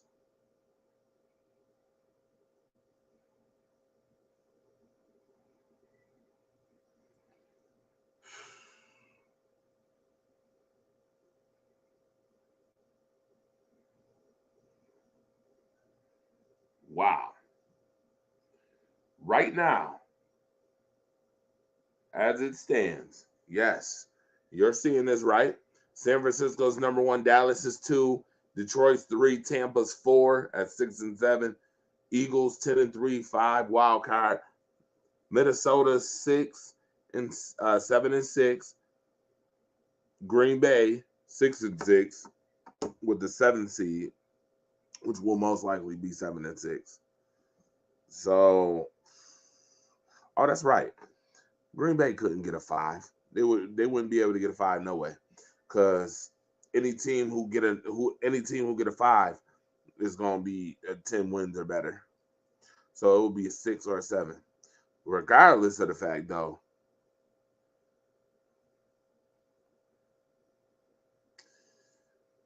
Green Bay is a tough out if they make the playoffs. That's a tough out, and Detroit better hope they don't gotta play them. We all know what happened to Detroit the last time they played Green Bay in a wild card. Dallas might have a better chance, but we all know, wait a minute now. We all know what happened to Dallas every time they played Green Bay. I don't know. For some reason, some god awful reason, Dallas can never beat Green Bay. So I don't none of them want no smoke. And I ain't even talking up Green Bay like that. I'm just saying this is facts. Detroit don't want no smoke with Green Bay. Dallas, I already know. This better be a different year for them because if they was to lose to Green Bay in the playoff again this year, I would have to. I would have to boot Dallas right out the building. I would never have any confidence in Dallas again, to be honest.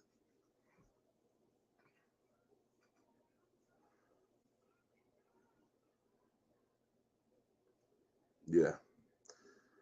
Please explain why the Bills are running these last three plays, pandering to Diggs again, and putting themselves in bad situations. They just gave the Chiefs 3 free first downs with those plays. Yeah, that's what I said earlier. Yes, absolutely. I stand on that. Stand on business. You see what almost happened, boy. Oh boy. Ooh wee. Orbiting. Jim.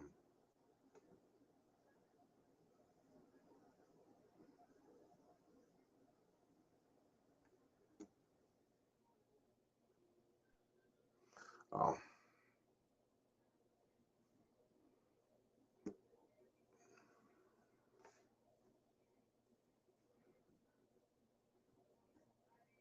Anyway, with that being said, let's see. Hey, Philly fans, do y'all still think Jalen Hurts is better than Dak Prescott? Huh? Not this year. Not this year yet.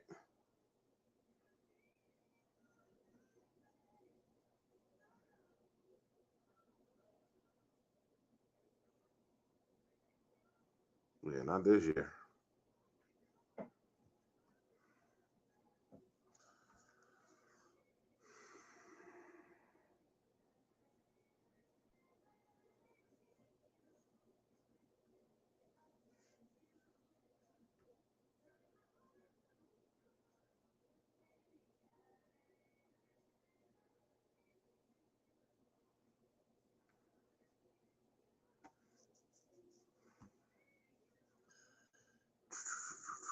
Let's see.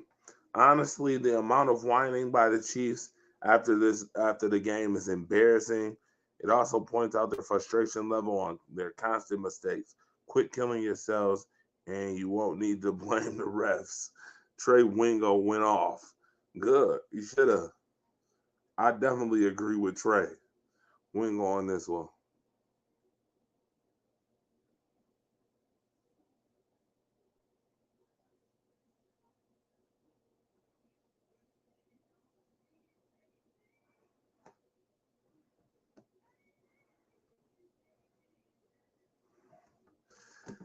Let me read this comment. Steve McGrew said, F Trey Wingo. They were playing a great game when the dumbass called a bogus flag. Don't blame him for going off. They played the game, not the friggin' refs. Oh, Lord have mercy. Steve, he was offside. He was lined up offside. Here's my comment to that. Ready? I agree with Trey Wingo. As I stated on the show earlier, the Chiefs receivers have been straight boo boo cheeks, ass chips, sewer shakes, dumpster juice,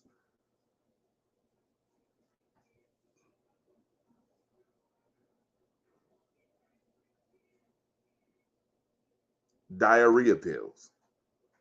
They've literally been butt all season long. Sorry.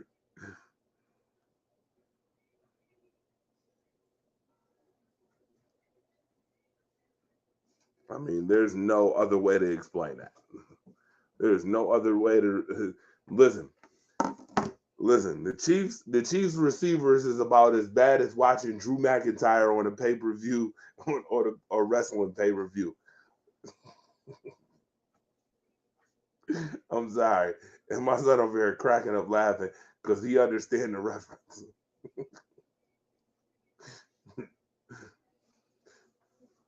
When I say Drew, you say Boo Boo. Drew. Boo Boo. You hear him? Boo Boo.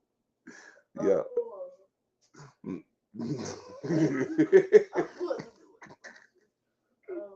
Yo.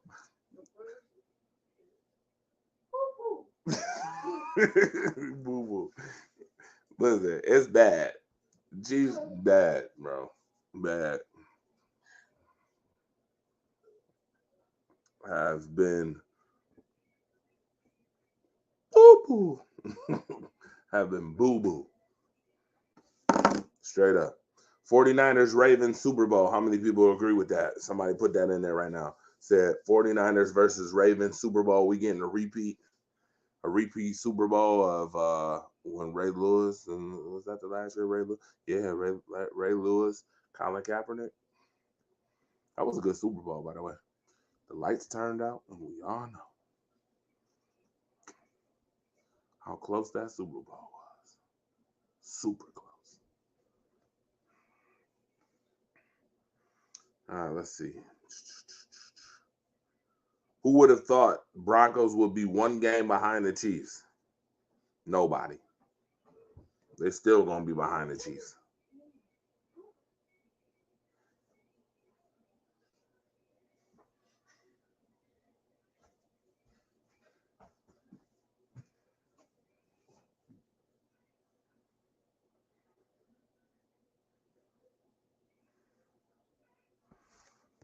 Did I see something? Thought I saw something. Interesting on the late night. Sitting up here talking smack on the late night. Let me see. Real quick. Oh, 49ers versus Bills. That's what you think the Super Bowl going to be? 49ers versus Bills? Lord, the Bills got a long way to go if they think they are making the Super Bowl now. You being nice, Andy. You being real nice. You must be a Bills fan.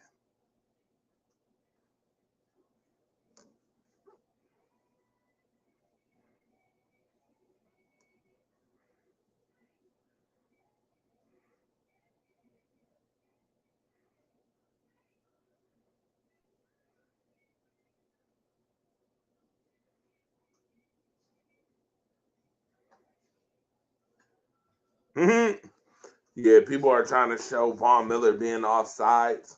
I put the picture up too. The ball was already snapped when Von Miller went across the line. The line is technically unofficial, but you know that Kadarius was definitely. If you look where he's lined up, you don't even gotta look at the line. Just look at where he's lined up compared to where the ball is, and you know he's offside. That's the worst part. People are beating a dead horse. Good God Almighty, Sasha Banks is fine. Said Sasha Banks is fine. Wildest effing call I've ever seen, man. Offense to all sides. Fucking terrible, Patrick Mahomes. He's so mad. He is so mad.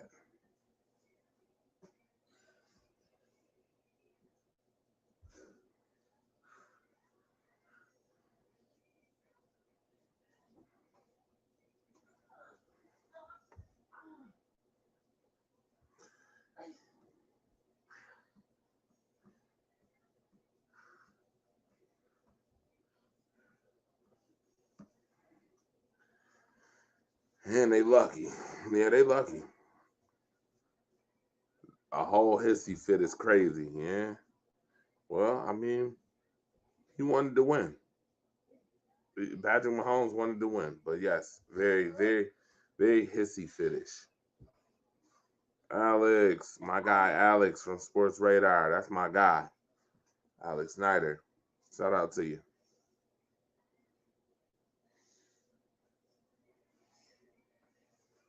Raiders, 0 points. How disappointing.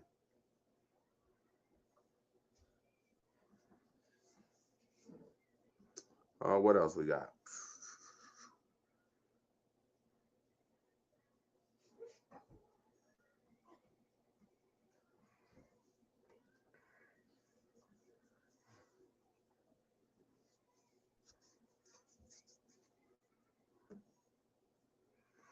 Oh, this is a good one. Wait a minute. Let's read this. Ralph, let's read this. My top 10 peeves as I go around Bills fan base groups. I will say this now. I am not in what seems like the majority that want McD fired after this season. I truly believe he deserves the chance to come back and lead the Bills to the Super Bowl. Saying that a year from now, I may be different if the Bills show signs of declining. I have faith in Beanie and McD.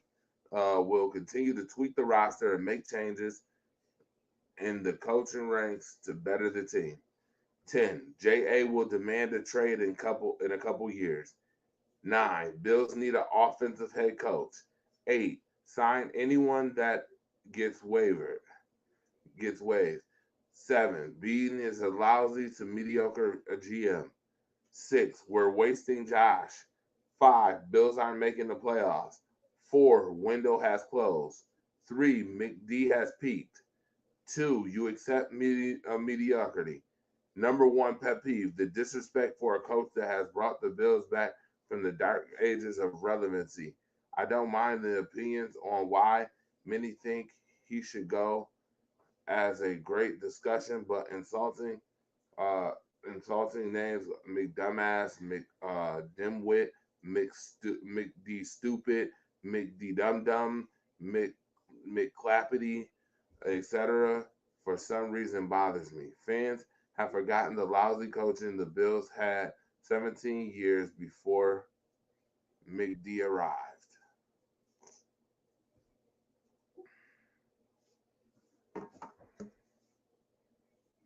Okay. Okay. Well, let me address some of these. That's interesting. Let me address some of these. Josh Allen is not demanding a trade. $258 million. First of all, Josh Allen ain't getting that nowhere else. Let me just put that out there right now. For folks who want to say, well, there's a lot of shitty teams that would pay him $258 million. No, there's not. No, there is not. Don't get it confused for 2 seconds. Do not get it confused for 2 seconds because teams are shitty. That mean that those shitty teams would just go out and spend $258 million on Josh Allen. It's not the case. Not the case. First of all, you don't know what their rosters look like, what their caps are. No, absolutely not. That's number one. Number two, Josh Allen is on the team where he can be the face of the team. So no, Josh Allen is not demanding no trade, no time soon. Don't worry, Josh Allen is not going nowhere. Bills need an offensive coach. Yeah, they do actually. Actually, they kind of do. And here's why: because we've already proven years past already that the Bills have great defense. They've proven that 5 years already. With Leslie Frazier or McDermott, whatever the case may be, they've proven that they've been great defense. Now, I can tell you this defense this year is not the same as it is last year. And people will say, well, the injuries, blah, blah, blah. Okay. The Bills had injuries last year and the Bills were still a number one team. The Bills, this ain't nothing, there's nothing new to these injuries. The Bills ain't just started getting injured. The Bills have been injured for the last couple seasons. The Bills have had injuries for the last couple seasons across the board when it comes to the defense. The Bills literally were Super Bowl contenders because of how deep their roster was. That's why they were Super Bowl contenders. So when people be like, "Oh well, such and such," or give me that lame ass excuse on the defense, we got a bunch of injuries. Injuries happen in the game. It's next man up. You're professionals, no offense, and the Bills literally have been Super Bowl contenders because of the depth. So miss me with the bullshit on that. With that crap. Offensively, yes. Offensively, I do think that they've had inconsistency on. Obviously, Dorsey got canned. We already know. And yes, I swear, Joe Brady, the last couple of weeks, has literally proven that if you wanted to know what was wrong with the offensive line, you can go ahead and you can go ahead and load up that nice little Street Fighter soundbite that goes, "It's all you, Ken," because exactly what it was. It was all you, Ken. Ken Dorsey. Yeah, it was all you. Sign anyone that gets waived. The Bills don't sign anybody that get waived. We already know that the Bills aren't even big on making splash moves. We know this already. Hence the reason why they didn't go get a number 2 receiver when they should have. No offense, I'm sorry, but you can sit up here and make bullshit excuses for why the Bills did not get a number 2 receiver when they could have, but they should have. Period. So if that number 8 is signed anyone who gets wavered as an excuse for why they didn't do that, well, guess what? You're coming off as a fan on this one, and that's a pet peeve to me. Get out your feelings. Stop the fandom. Stop the fandom shit. If you in journalism, I mean, if you're a fan, then you just a fan, and then you're a fan, and that's fine and dandy. Nothing wrong with being a fan, but let's be real and objective when we're being fans too. Now, with that being said, Bean is a lousy to mediocre GM. No, Bean is not a lousy to mediocre GM, but Brandon Bean has missed on some things, and that's a fact. Nobody hits on everything, but Brandon Bean has missed some important things that would definitely probably have catapulted this team already, or put this team in a better position. I mean, there's no denying that. Just go back and look at the last 5 drafts, and then you tell me.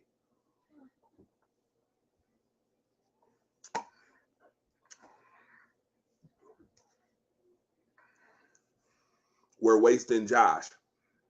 Okay, let me just tell you this too. For the caliber of quarterback that Josh Allen is, usually quarterbacks that are elite like Josh Allen win within their first 5 years. Win Super Bowls within their first 5 years. There is only, or get to the Super Bowl. At least get to the Super Bowl, if not win it. I'm sorry. Get to the Super Bowl, if not win it. There is only a few elite quarterbacks that I know that in year 5, year 6, already in their first 6 years, have not made it to the Super Bowl. You know who those quarterbacks are? I'll name a couple. Lamar Jackson, Josh Allen, and we might be able to even say Trevor Lawrence, even though I don't know if you would put Trevor Lawrence on the same plateau as Lamar and Josh. It's only a few. Oh, and Dak. Yeah, Dak's another one. Dak Prescott, but he was in the first rounder. Dak Prescott was a 4th rounder. And we're talking about first round quarterbacks, by the way. First round quarterbacks. Joe Burrow's already been to a Super Bowl. Lamar Jackson was at the very end of the first round. Still a first rounder. First round quarterbacks. Only a few. So are you wasting Josh? You kind of are, to be honest with you. The Bills aren't making the playoffs. Dude, the Bills very well could not miss the playoffs. I don't understand why anybody would be upset about that. That's crazy. That is crazy. It sounds like fandom. That is very crazy to think that the Bills can't make the playoffs. Here we go again with the entitlement. You think that people just gonna give it to you? Shit. The Bills are just 6. Dude. Oh my God. I cannot. This one kind of annoys me. Number 5.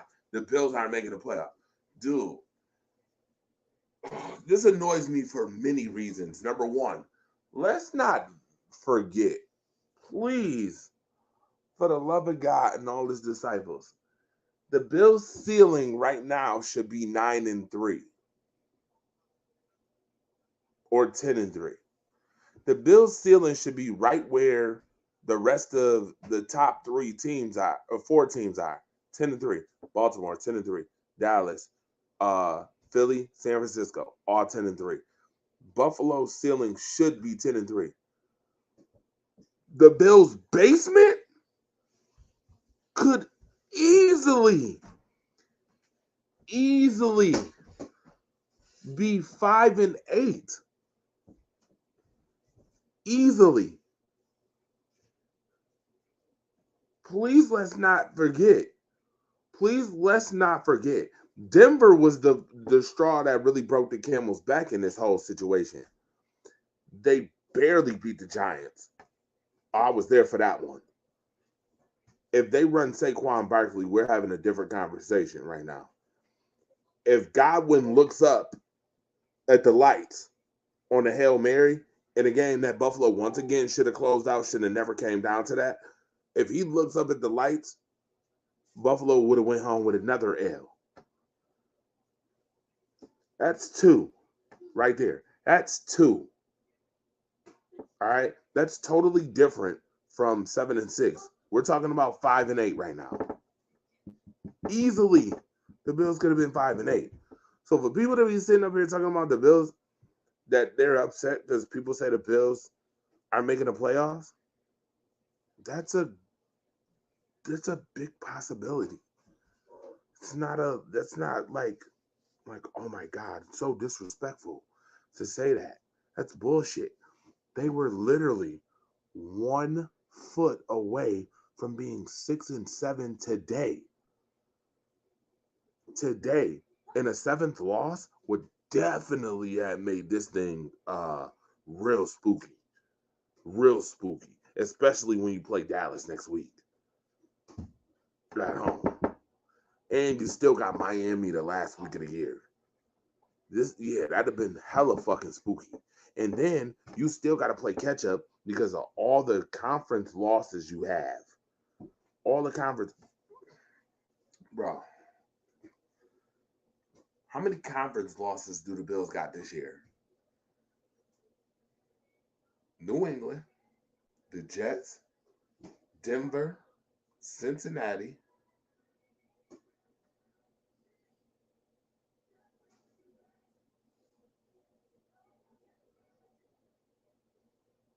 Jacksonville, that's 5.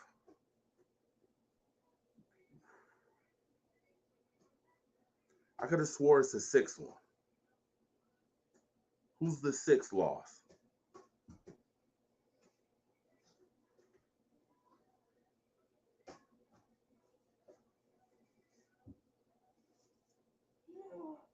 Okay, 5.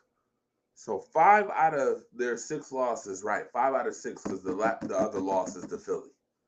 5 out of the 6 losses you have is in the conference, bro. Stop that. All the teams I just named: Denver 7-6, Cincinnati 7-6. The Jets are out, obviously. New England is out, obviously. Jacksonville 8-5 right now. 1, 2, 3 teams ahead of you right now in the playoff hunt, just off conference alone. Oh, and let's not forget the Colts is 7-6 too, and the Steelers is 7-6 too. Dude, that's not like you acting like that's like some type of like offensive slur or some shit to say. The window is closed.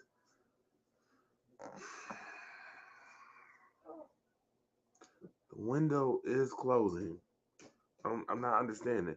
The window is closing.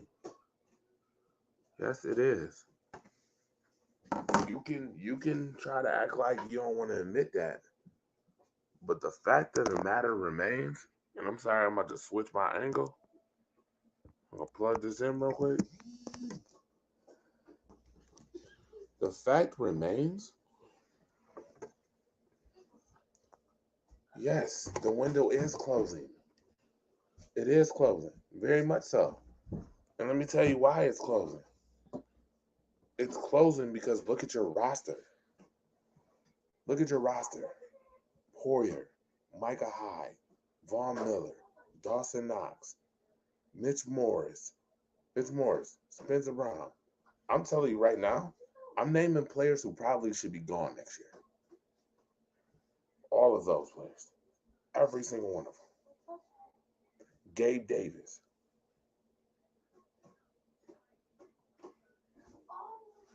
Yeah. The window's closing. That's not a shocker. That's a spoiler alert. McD peaked. I mean,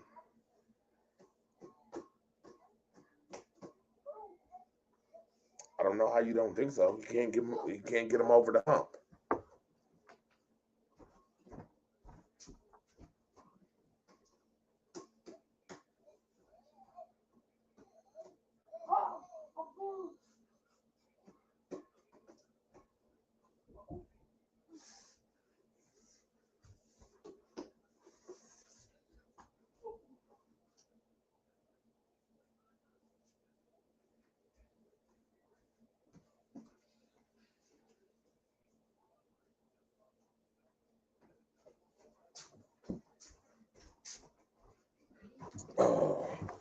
Hold on.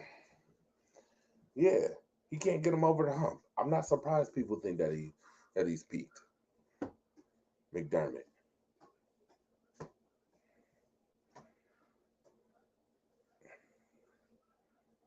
Lost to Kansas City. AFC Championship lost to Kansas City. Lost at home to Cincinnati.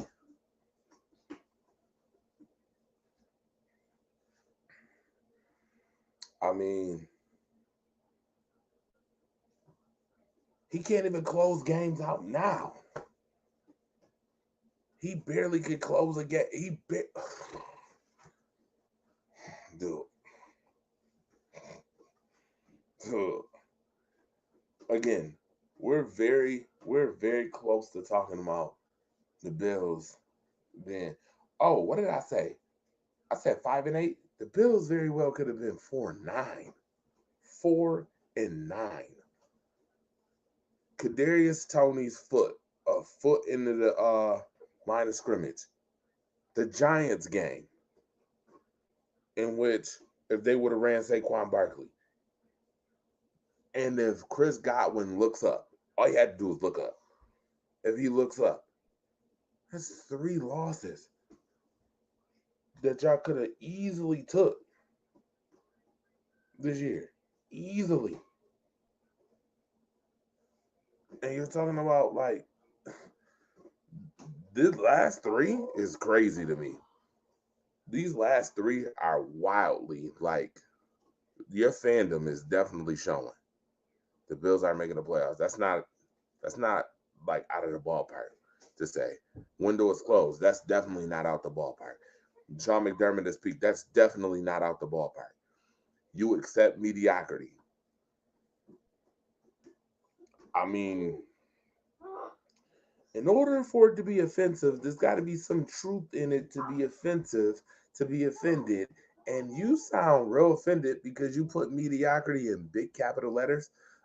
There's some truth to that. Accepting mediocrity. Yeah. By the standard of where you want the Bills to be, yes, they have accepted mediocrity. Let's be clear on that. Like, how are you shocked by this? How are you shocked? 5 through 2, 3, 4, and 5 is crazy to me. The craziest one is 5 and 4 and 3. Those 3 are just crazy for you to be pet peeving about. 2, I mean, that's a standard thing. But to me, yes, they've been mediocre. If it's based upon the standard that the Bills supposedly have, yes, it's mediocrity. Number 1, I'm not even going to address number 1 because anybody who does that, like make dumbass, make dumb, make stupid, make dumb, make clappy, that's banter. Who cares? Like, you shouldn't even pay attention to it. Like, and this is gonna sound bad when I say this, but do you get paid by the Buffalo Bills? Because if you don't get paid by the Bills, I'm not understanding why you worried about other people and what they say. They're not even. I mean, they saying that about your coach. I get it about the team you a fan of, their coach, but it shouldn't hit you like that. You and your feelings. Get out your feelings. Get out your feelings. People have stuff to say about everybody. So what? Let it go. Let it rock. Sorry, buddy, but yeah. Jim Saragusa. Yeah. I think I'm gonna save this. Matter of fact, maybe there's a way to save this. Yep. I'm gonna send this to a group just so it's saved. I'm gonna send it to myself. Yeah, these are talking points. Good talking points, Tim Saragusa, even though your fandom is definitely showing. Oh, let me hear this. Oh, this is interesting. I gotta hear this. So Halloween is over, but this is some scary shit right here, ladies and gentlemen. What it is. Someone put this out that based off of the color scheme of the Super Bowl logo, that's exactly what teams end up going to the Super Bowl that year. Bengals, Rams, you see the orange and the yellow. Then the following year, you ended up seeing Eagles, green, and then the Chiefs red. And then let's look at this year. The San Francisco 49ers and the Baltimore Ravens, red and purple. Wow. Now, I saw this at the beginning of the season, but the Ravens are arguably the best team in the NFL right now, right? Looking great on all sides of the ball, coaching, etc. And the San Francisco 49ers, yes, they've been through a lull, but they just recently ended up getting healthy. Is the NFL rigged? I think it is. I think this just confirms it. If this Super Bowl matchup occurs this year, ladies and gentlemen, it's 1,000% rigged. It's just how it is. Sound off in the comments. Let me know. So Halloween is over. Wow. This is some scary shit right here. Wow. Interesting. Interesting. Very interesting. Because if you actually do, he said, Bills, Miami. Said, that's my homie. Dan Mitchell. Yeah. Andy Babcock said, yeah, that's my homie, Dan Mitchell. Yeah, that was Dan Mitchell talking. And that is scary. That is very interesting. Robert Leader, what's good, my guy? That is very interesting that by the color schemes. I wonder what the color schemes was before that, though. I need more premise.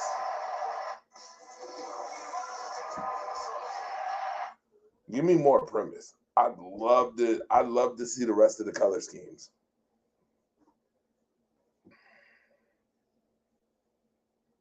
I am not about to sit here and talk about Alabama again. I'm not talking about them. Me and Devon had a healthy debate. Great debate, by the way. If you have not seen it, you can go on my page and watch it. It was on last week's Rise Up Late Nite. Yeah. Phenomenal debate between me and him. He went corporate, I went humanity side. And it was a good debate. You just had to watch it. Really good debate.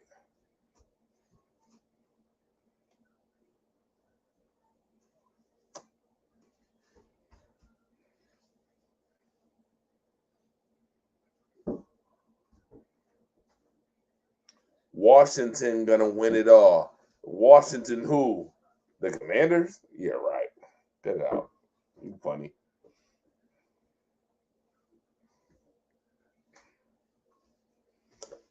Minnesota 3, Raiders nothing. I cannot. The Raiders damn.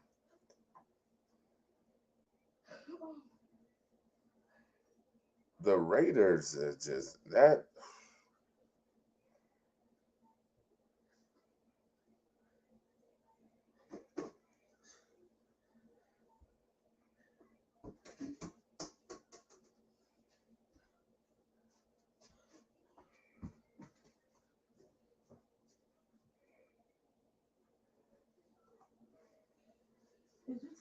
Oh, the Huskies.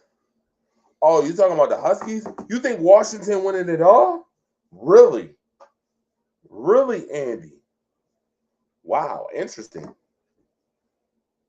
Interesting. Pac-12 taking it?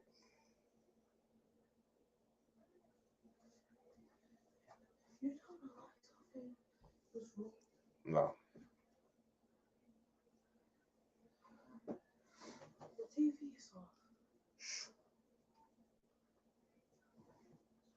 Oh, in there? Turn it back on. That is interesting. So Washington plays who? First round. Texas?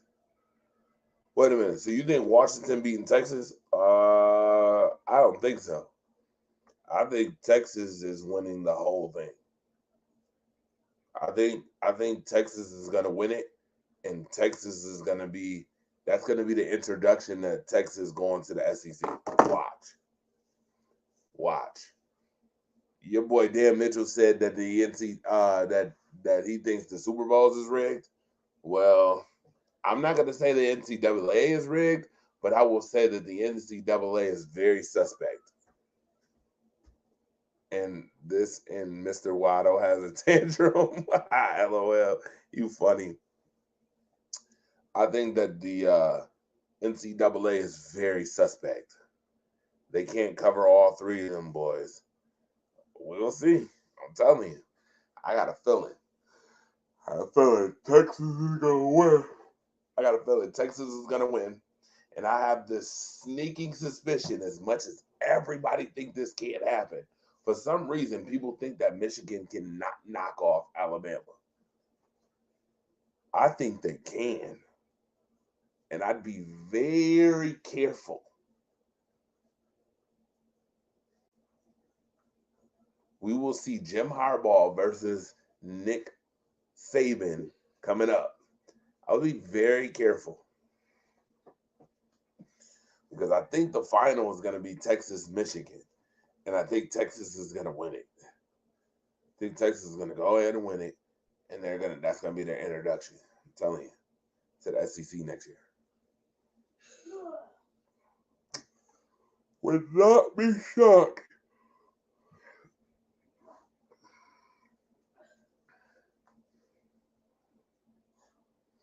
No, they didn't do this. No, they didn't. They need a whooping for this.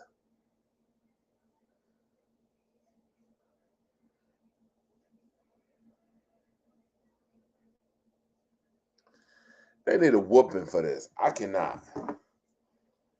What album was better, Jay-Z Blueprint or 50 Cent Get Rich Die Trying? Blueprint. I love Get Rich Die Trying because that was his best album, obviously. But 50 Cent, actually, to be very honest with you, 50 Cent's rap career wasn't as long as people think. I mean, he did some underground stuff, but who hasn't done underground stuff? Jay-Z made mad albums.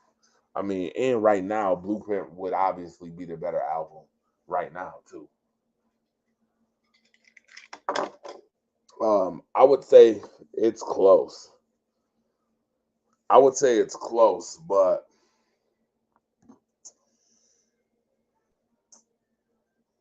I mean, Jay-Z, that album included a diss track too, which we all know he summed up Nas's whole career in that one track, killed him and Mobb Deep. And as much as people want to say Ether was a great track, Blueprint not only sold more as a diss record, but I mean, which one aged better?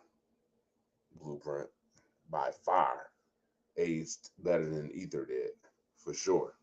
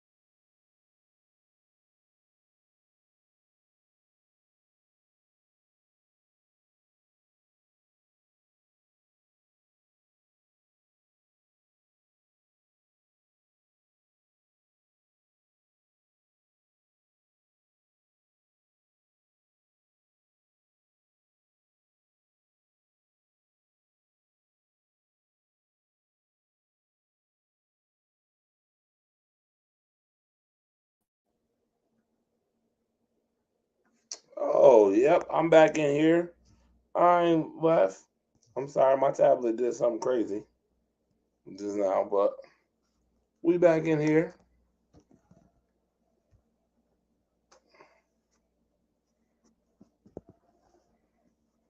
Let me put it back where it need to be at. Where you going? This damn tablet want to go everywhere, every which way but left.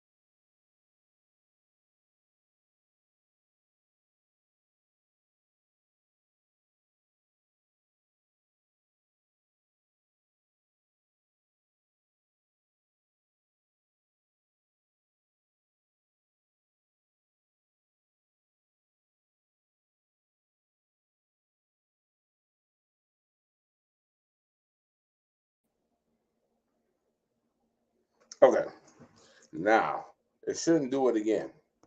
I think we good now. I think we're good. All right. Silly, silly, silly, silly tablet. Wow, Patrick Mahomes is the new Tom Brady, the biggest entitled crybaby in the league. I cannot. If you didn't already know that from before, if you didn't know he was the face of the league before, you should have been knew that. You should have been knew that by now.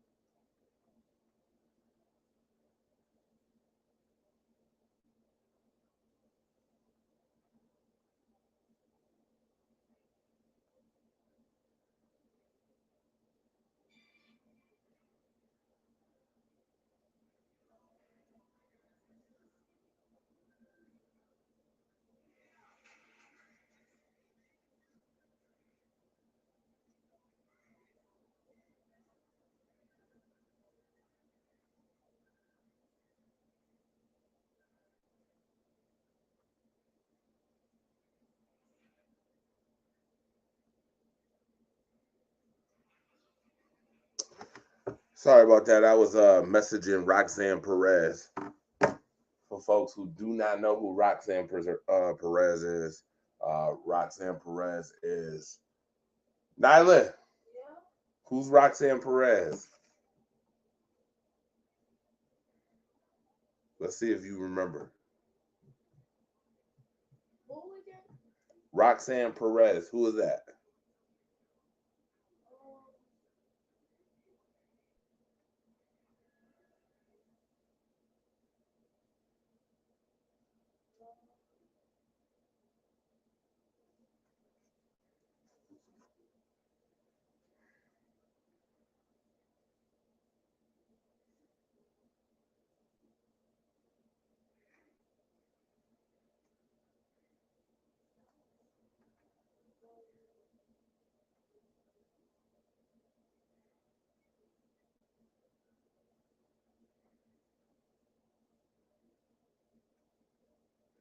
She was an NXT wrestler.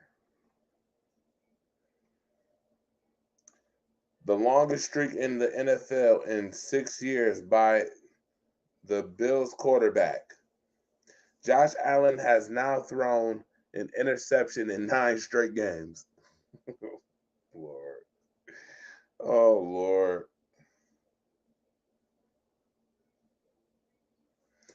40 touchdowns in 4 years in a row.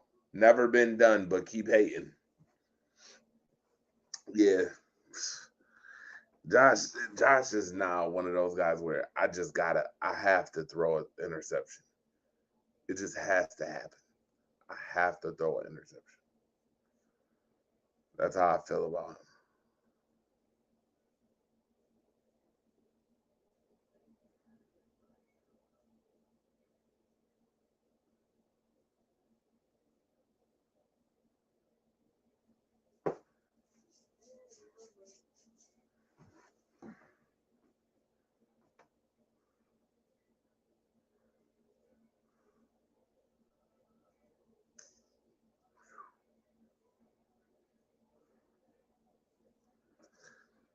AJ Brown called Stephon Gilmore old per Gilmore.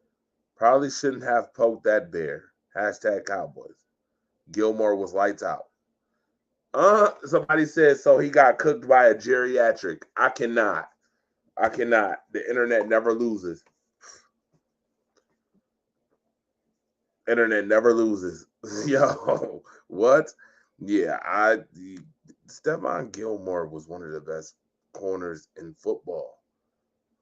I wouldn't be calling AJ Brown. See, you getting too big for your britches, buddy.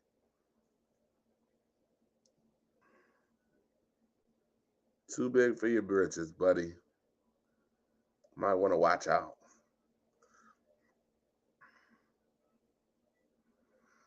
Oh, what did he say to Josh? What did he say to Josh?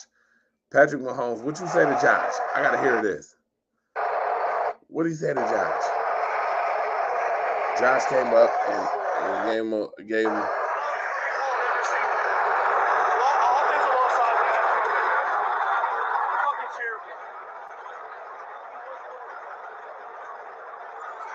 Oh, he told Josh Allen that?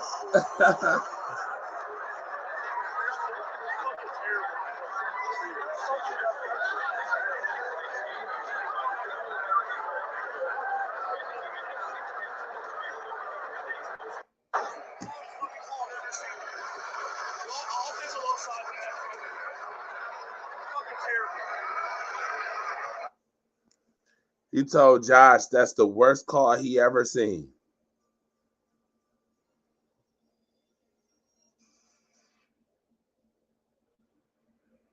Josh Allen handled it well because he damn sure didn't say much of nothing. Josh did not say nothing after that.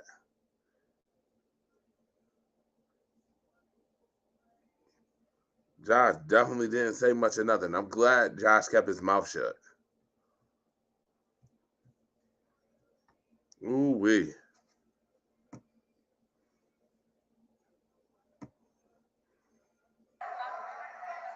Sean.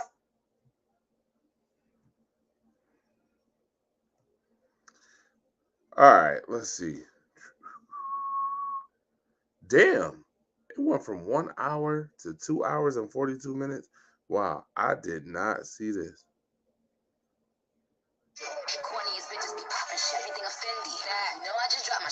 Oh, yeah. Nicki. Okay, Nicki Minaj.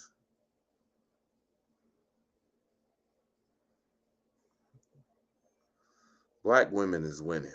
I'm telling you. Nah, with that being said,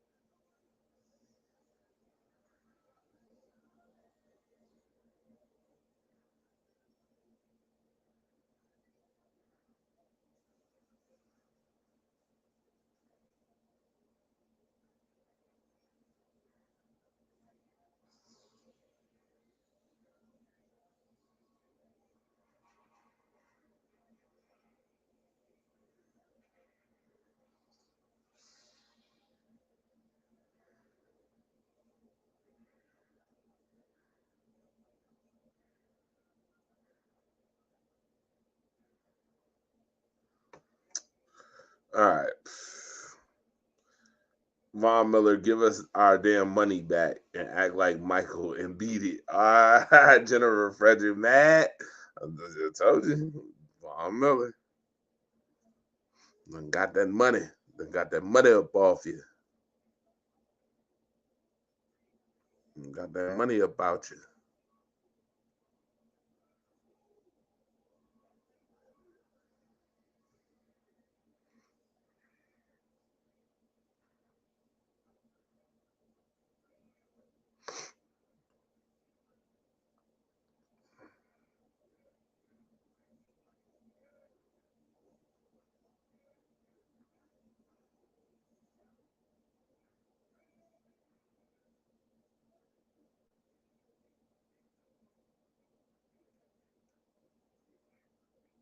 Dallas, first team with 30-plus points in each of its first 7 home games.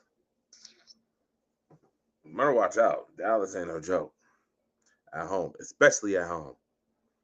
Dallas is no joke.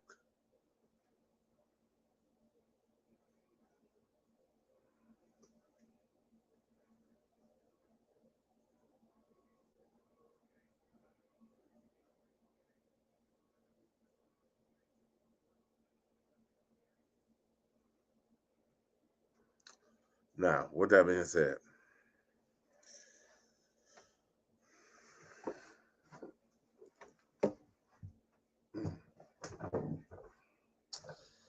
all right, I'm gonna take it to bed. 2 hours 45 minutes. I think we did a good job tonight.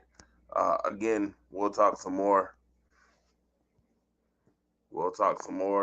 Especially when my tablet start acting like it's got some sense. All right. Thanks for tuning in on the late night. Appreciate you for sure. I think I'm gonna play the video. We're gonna get up out of here.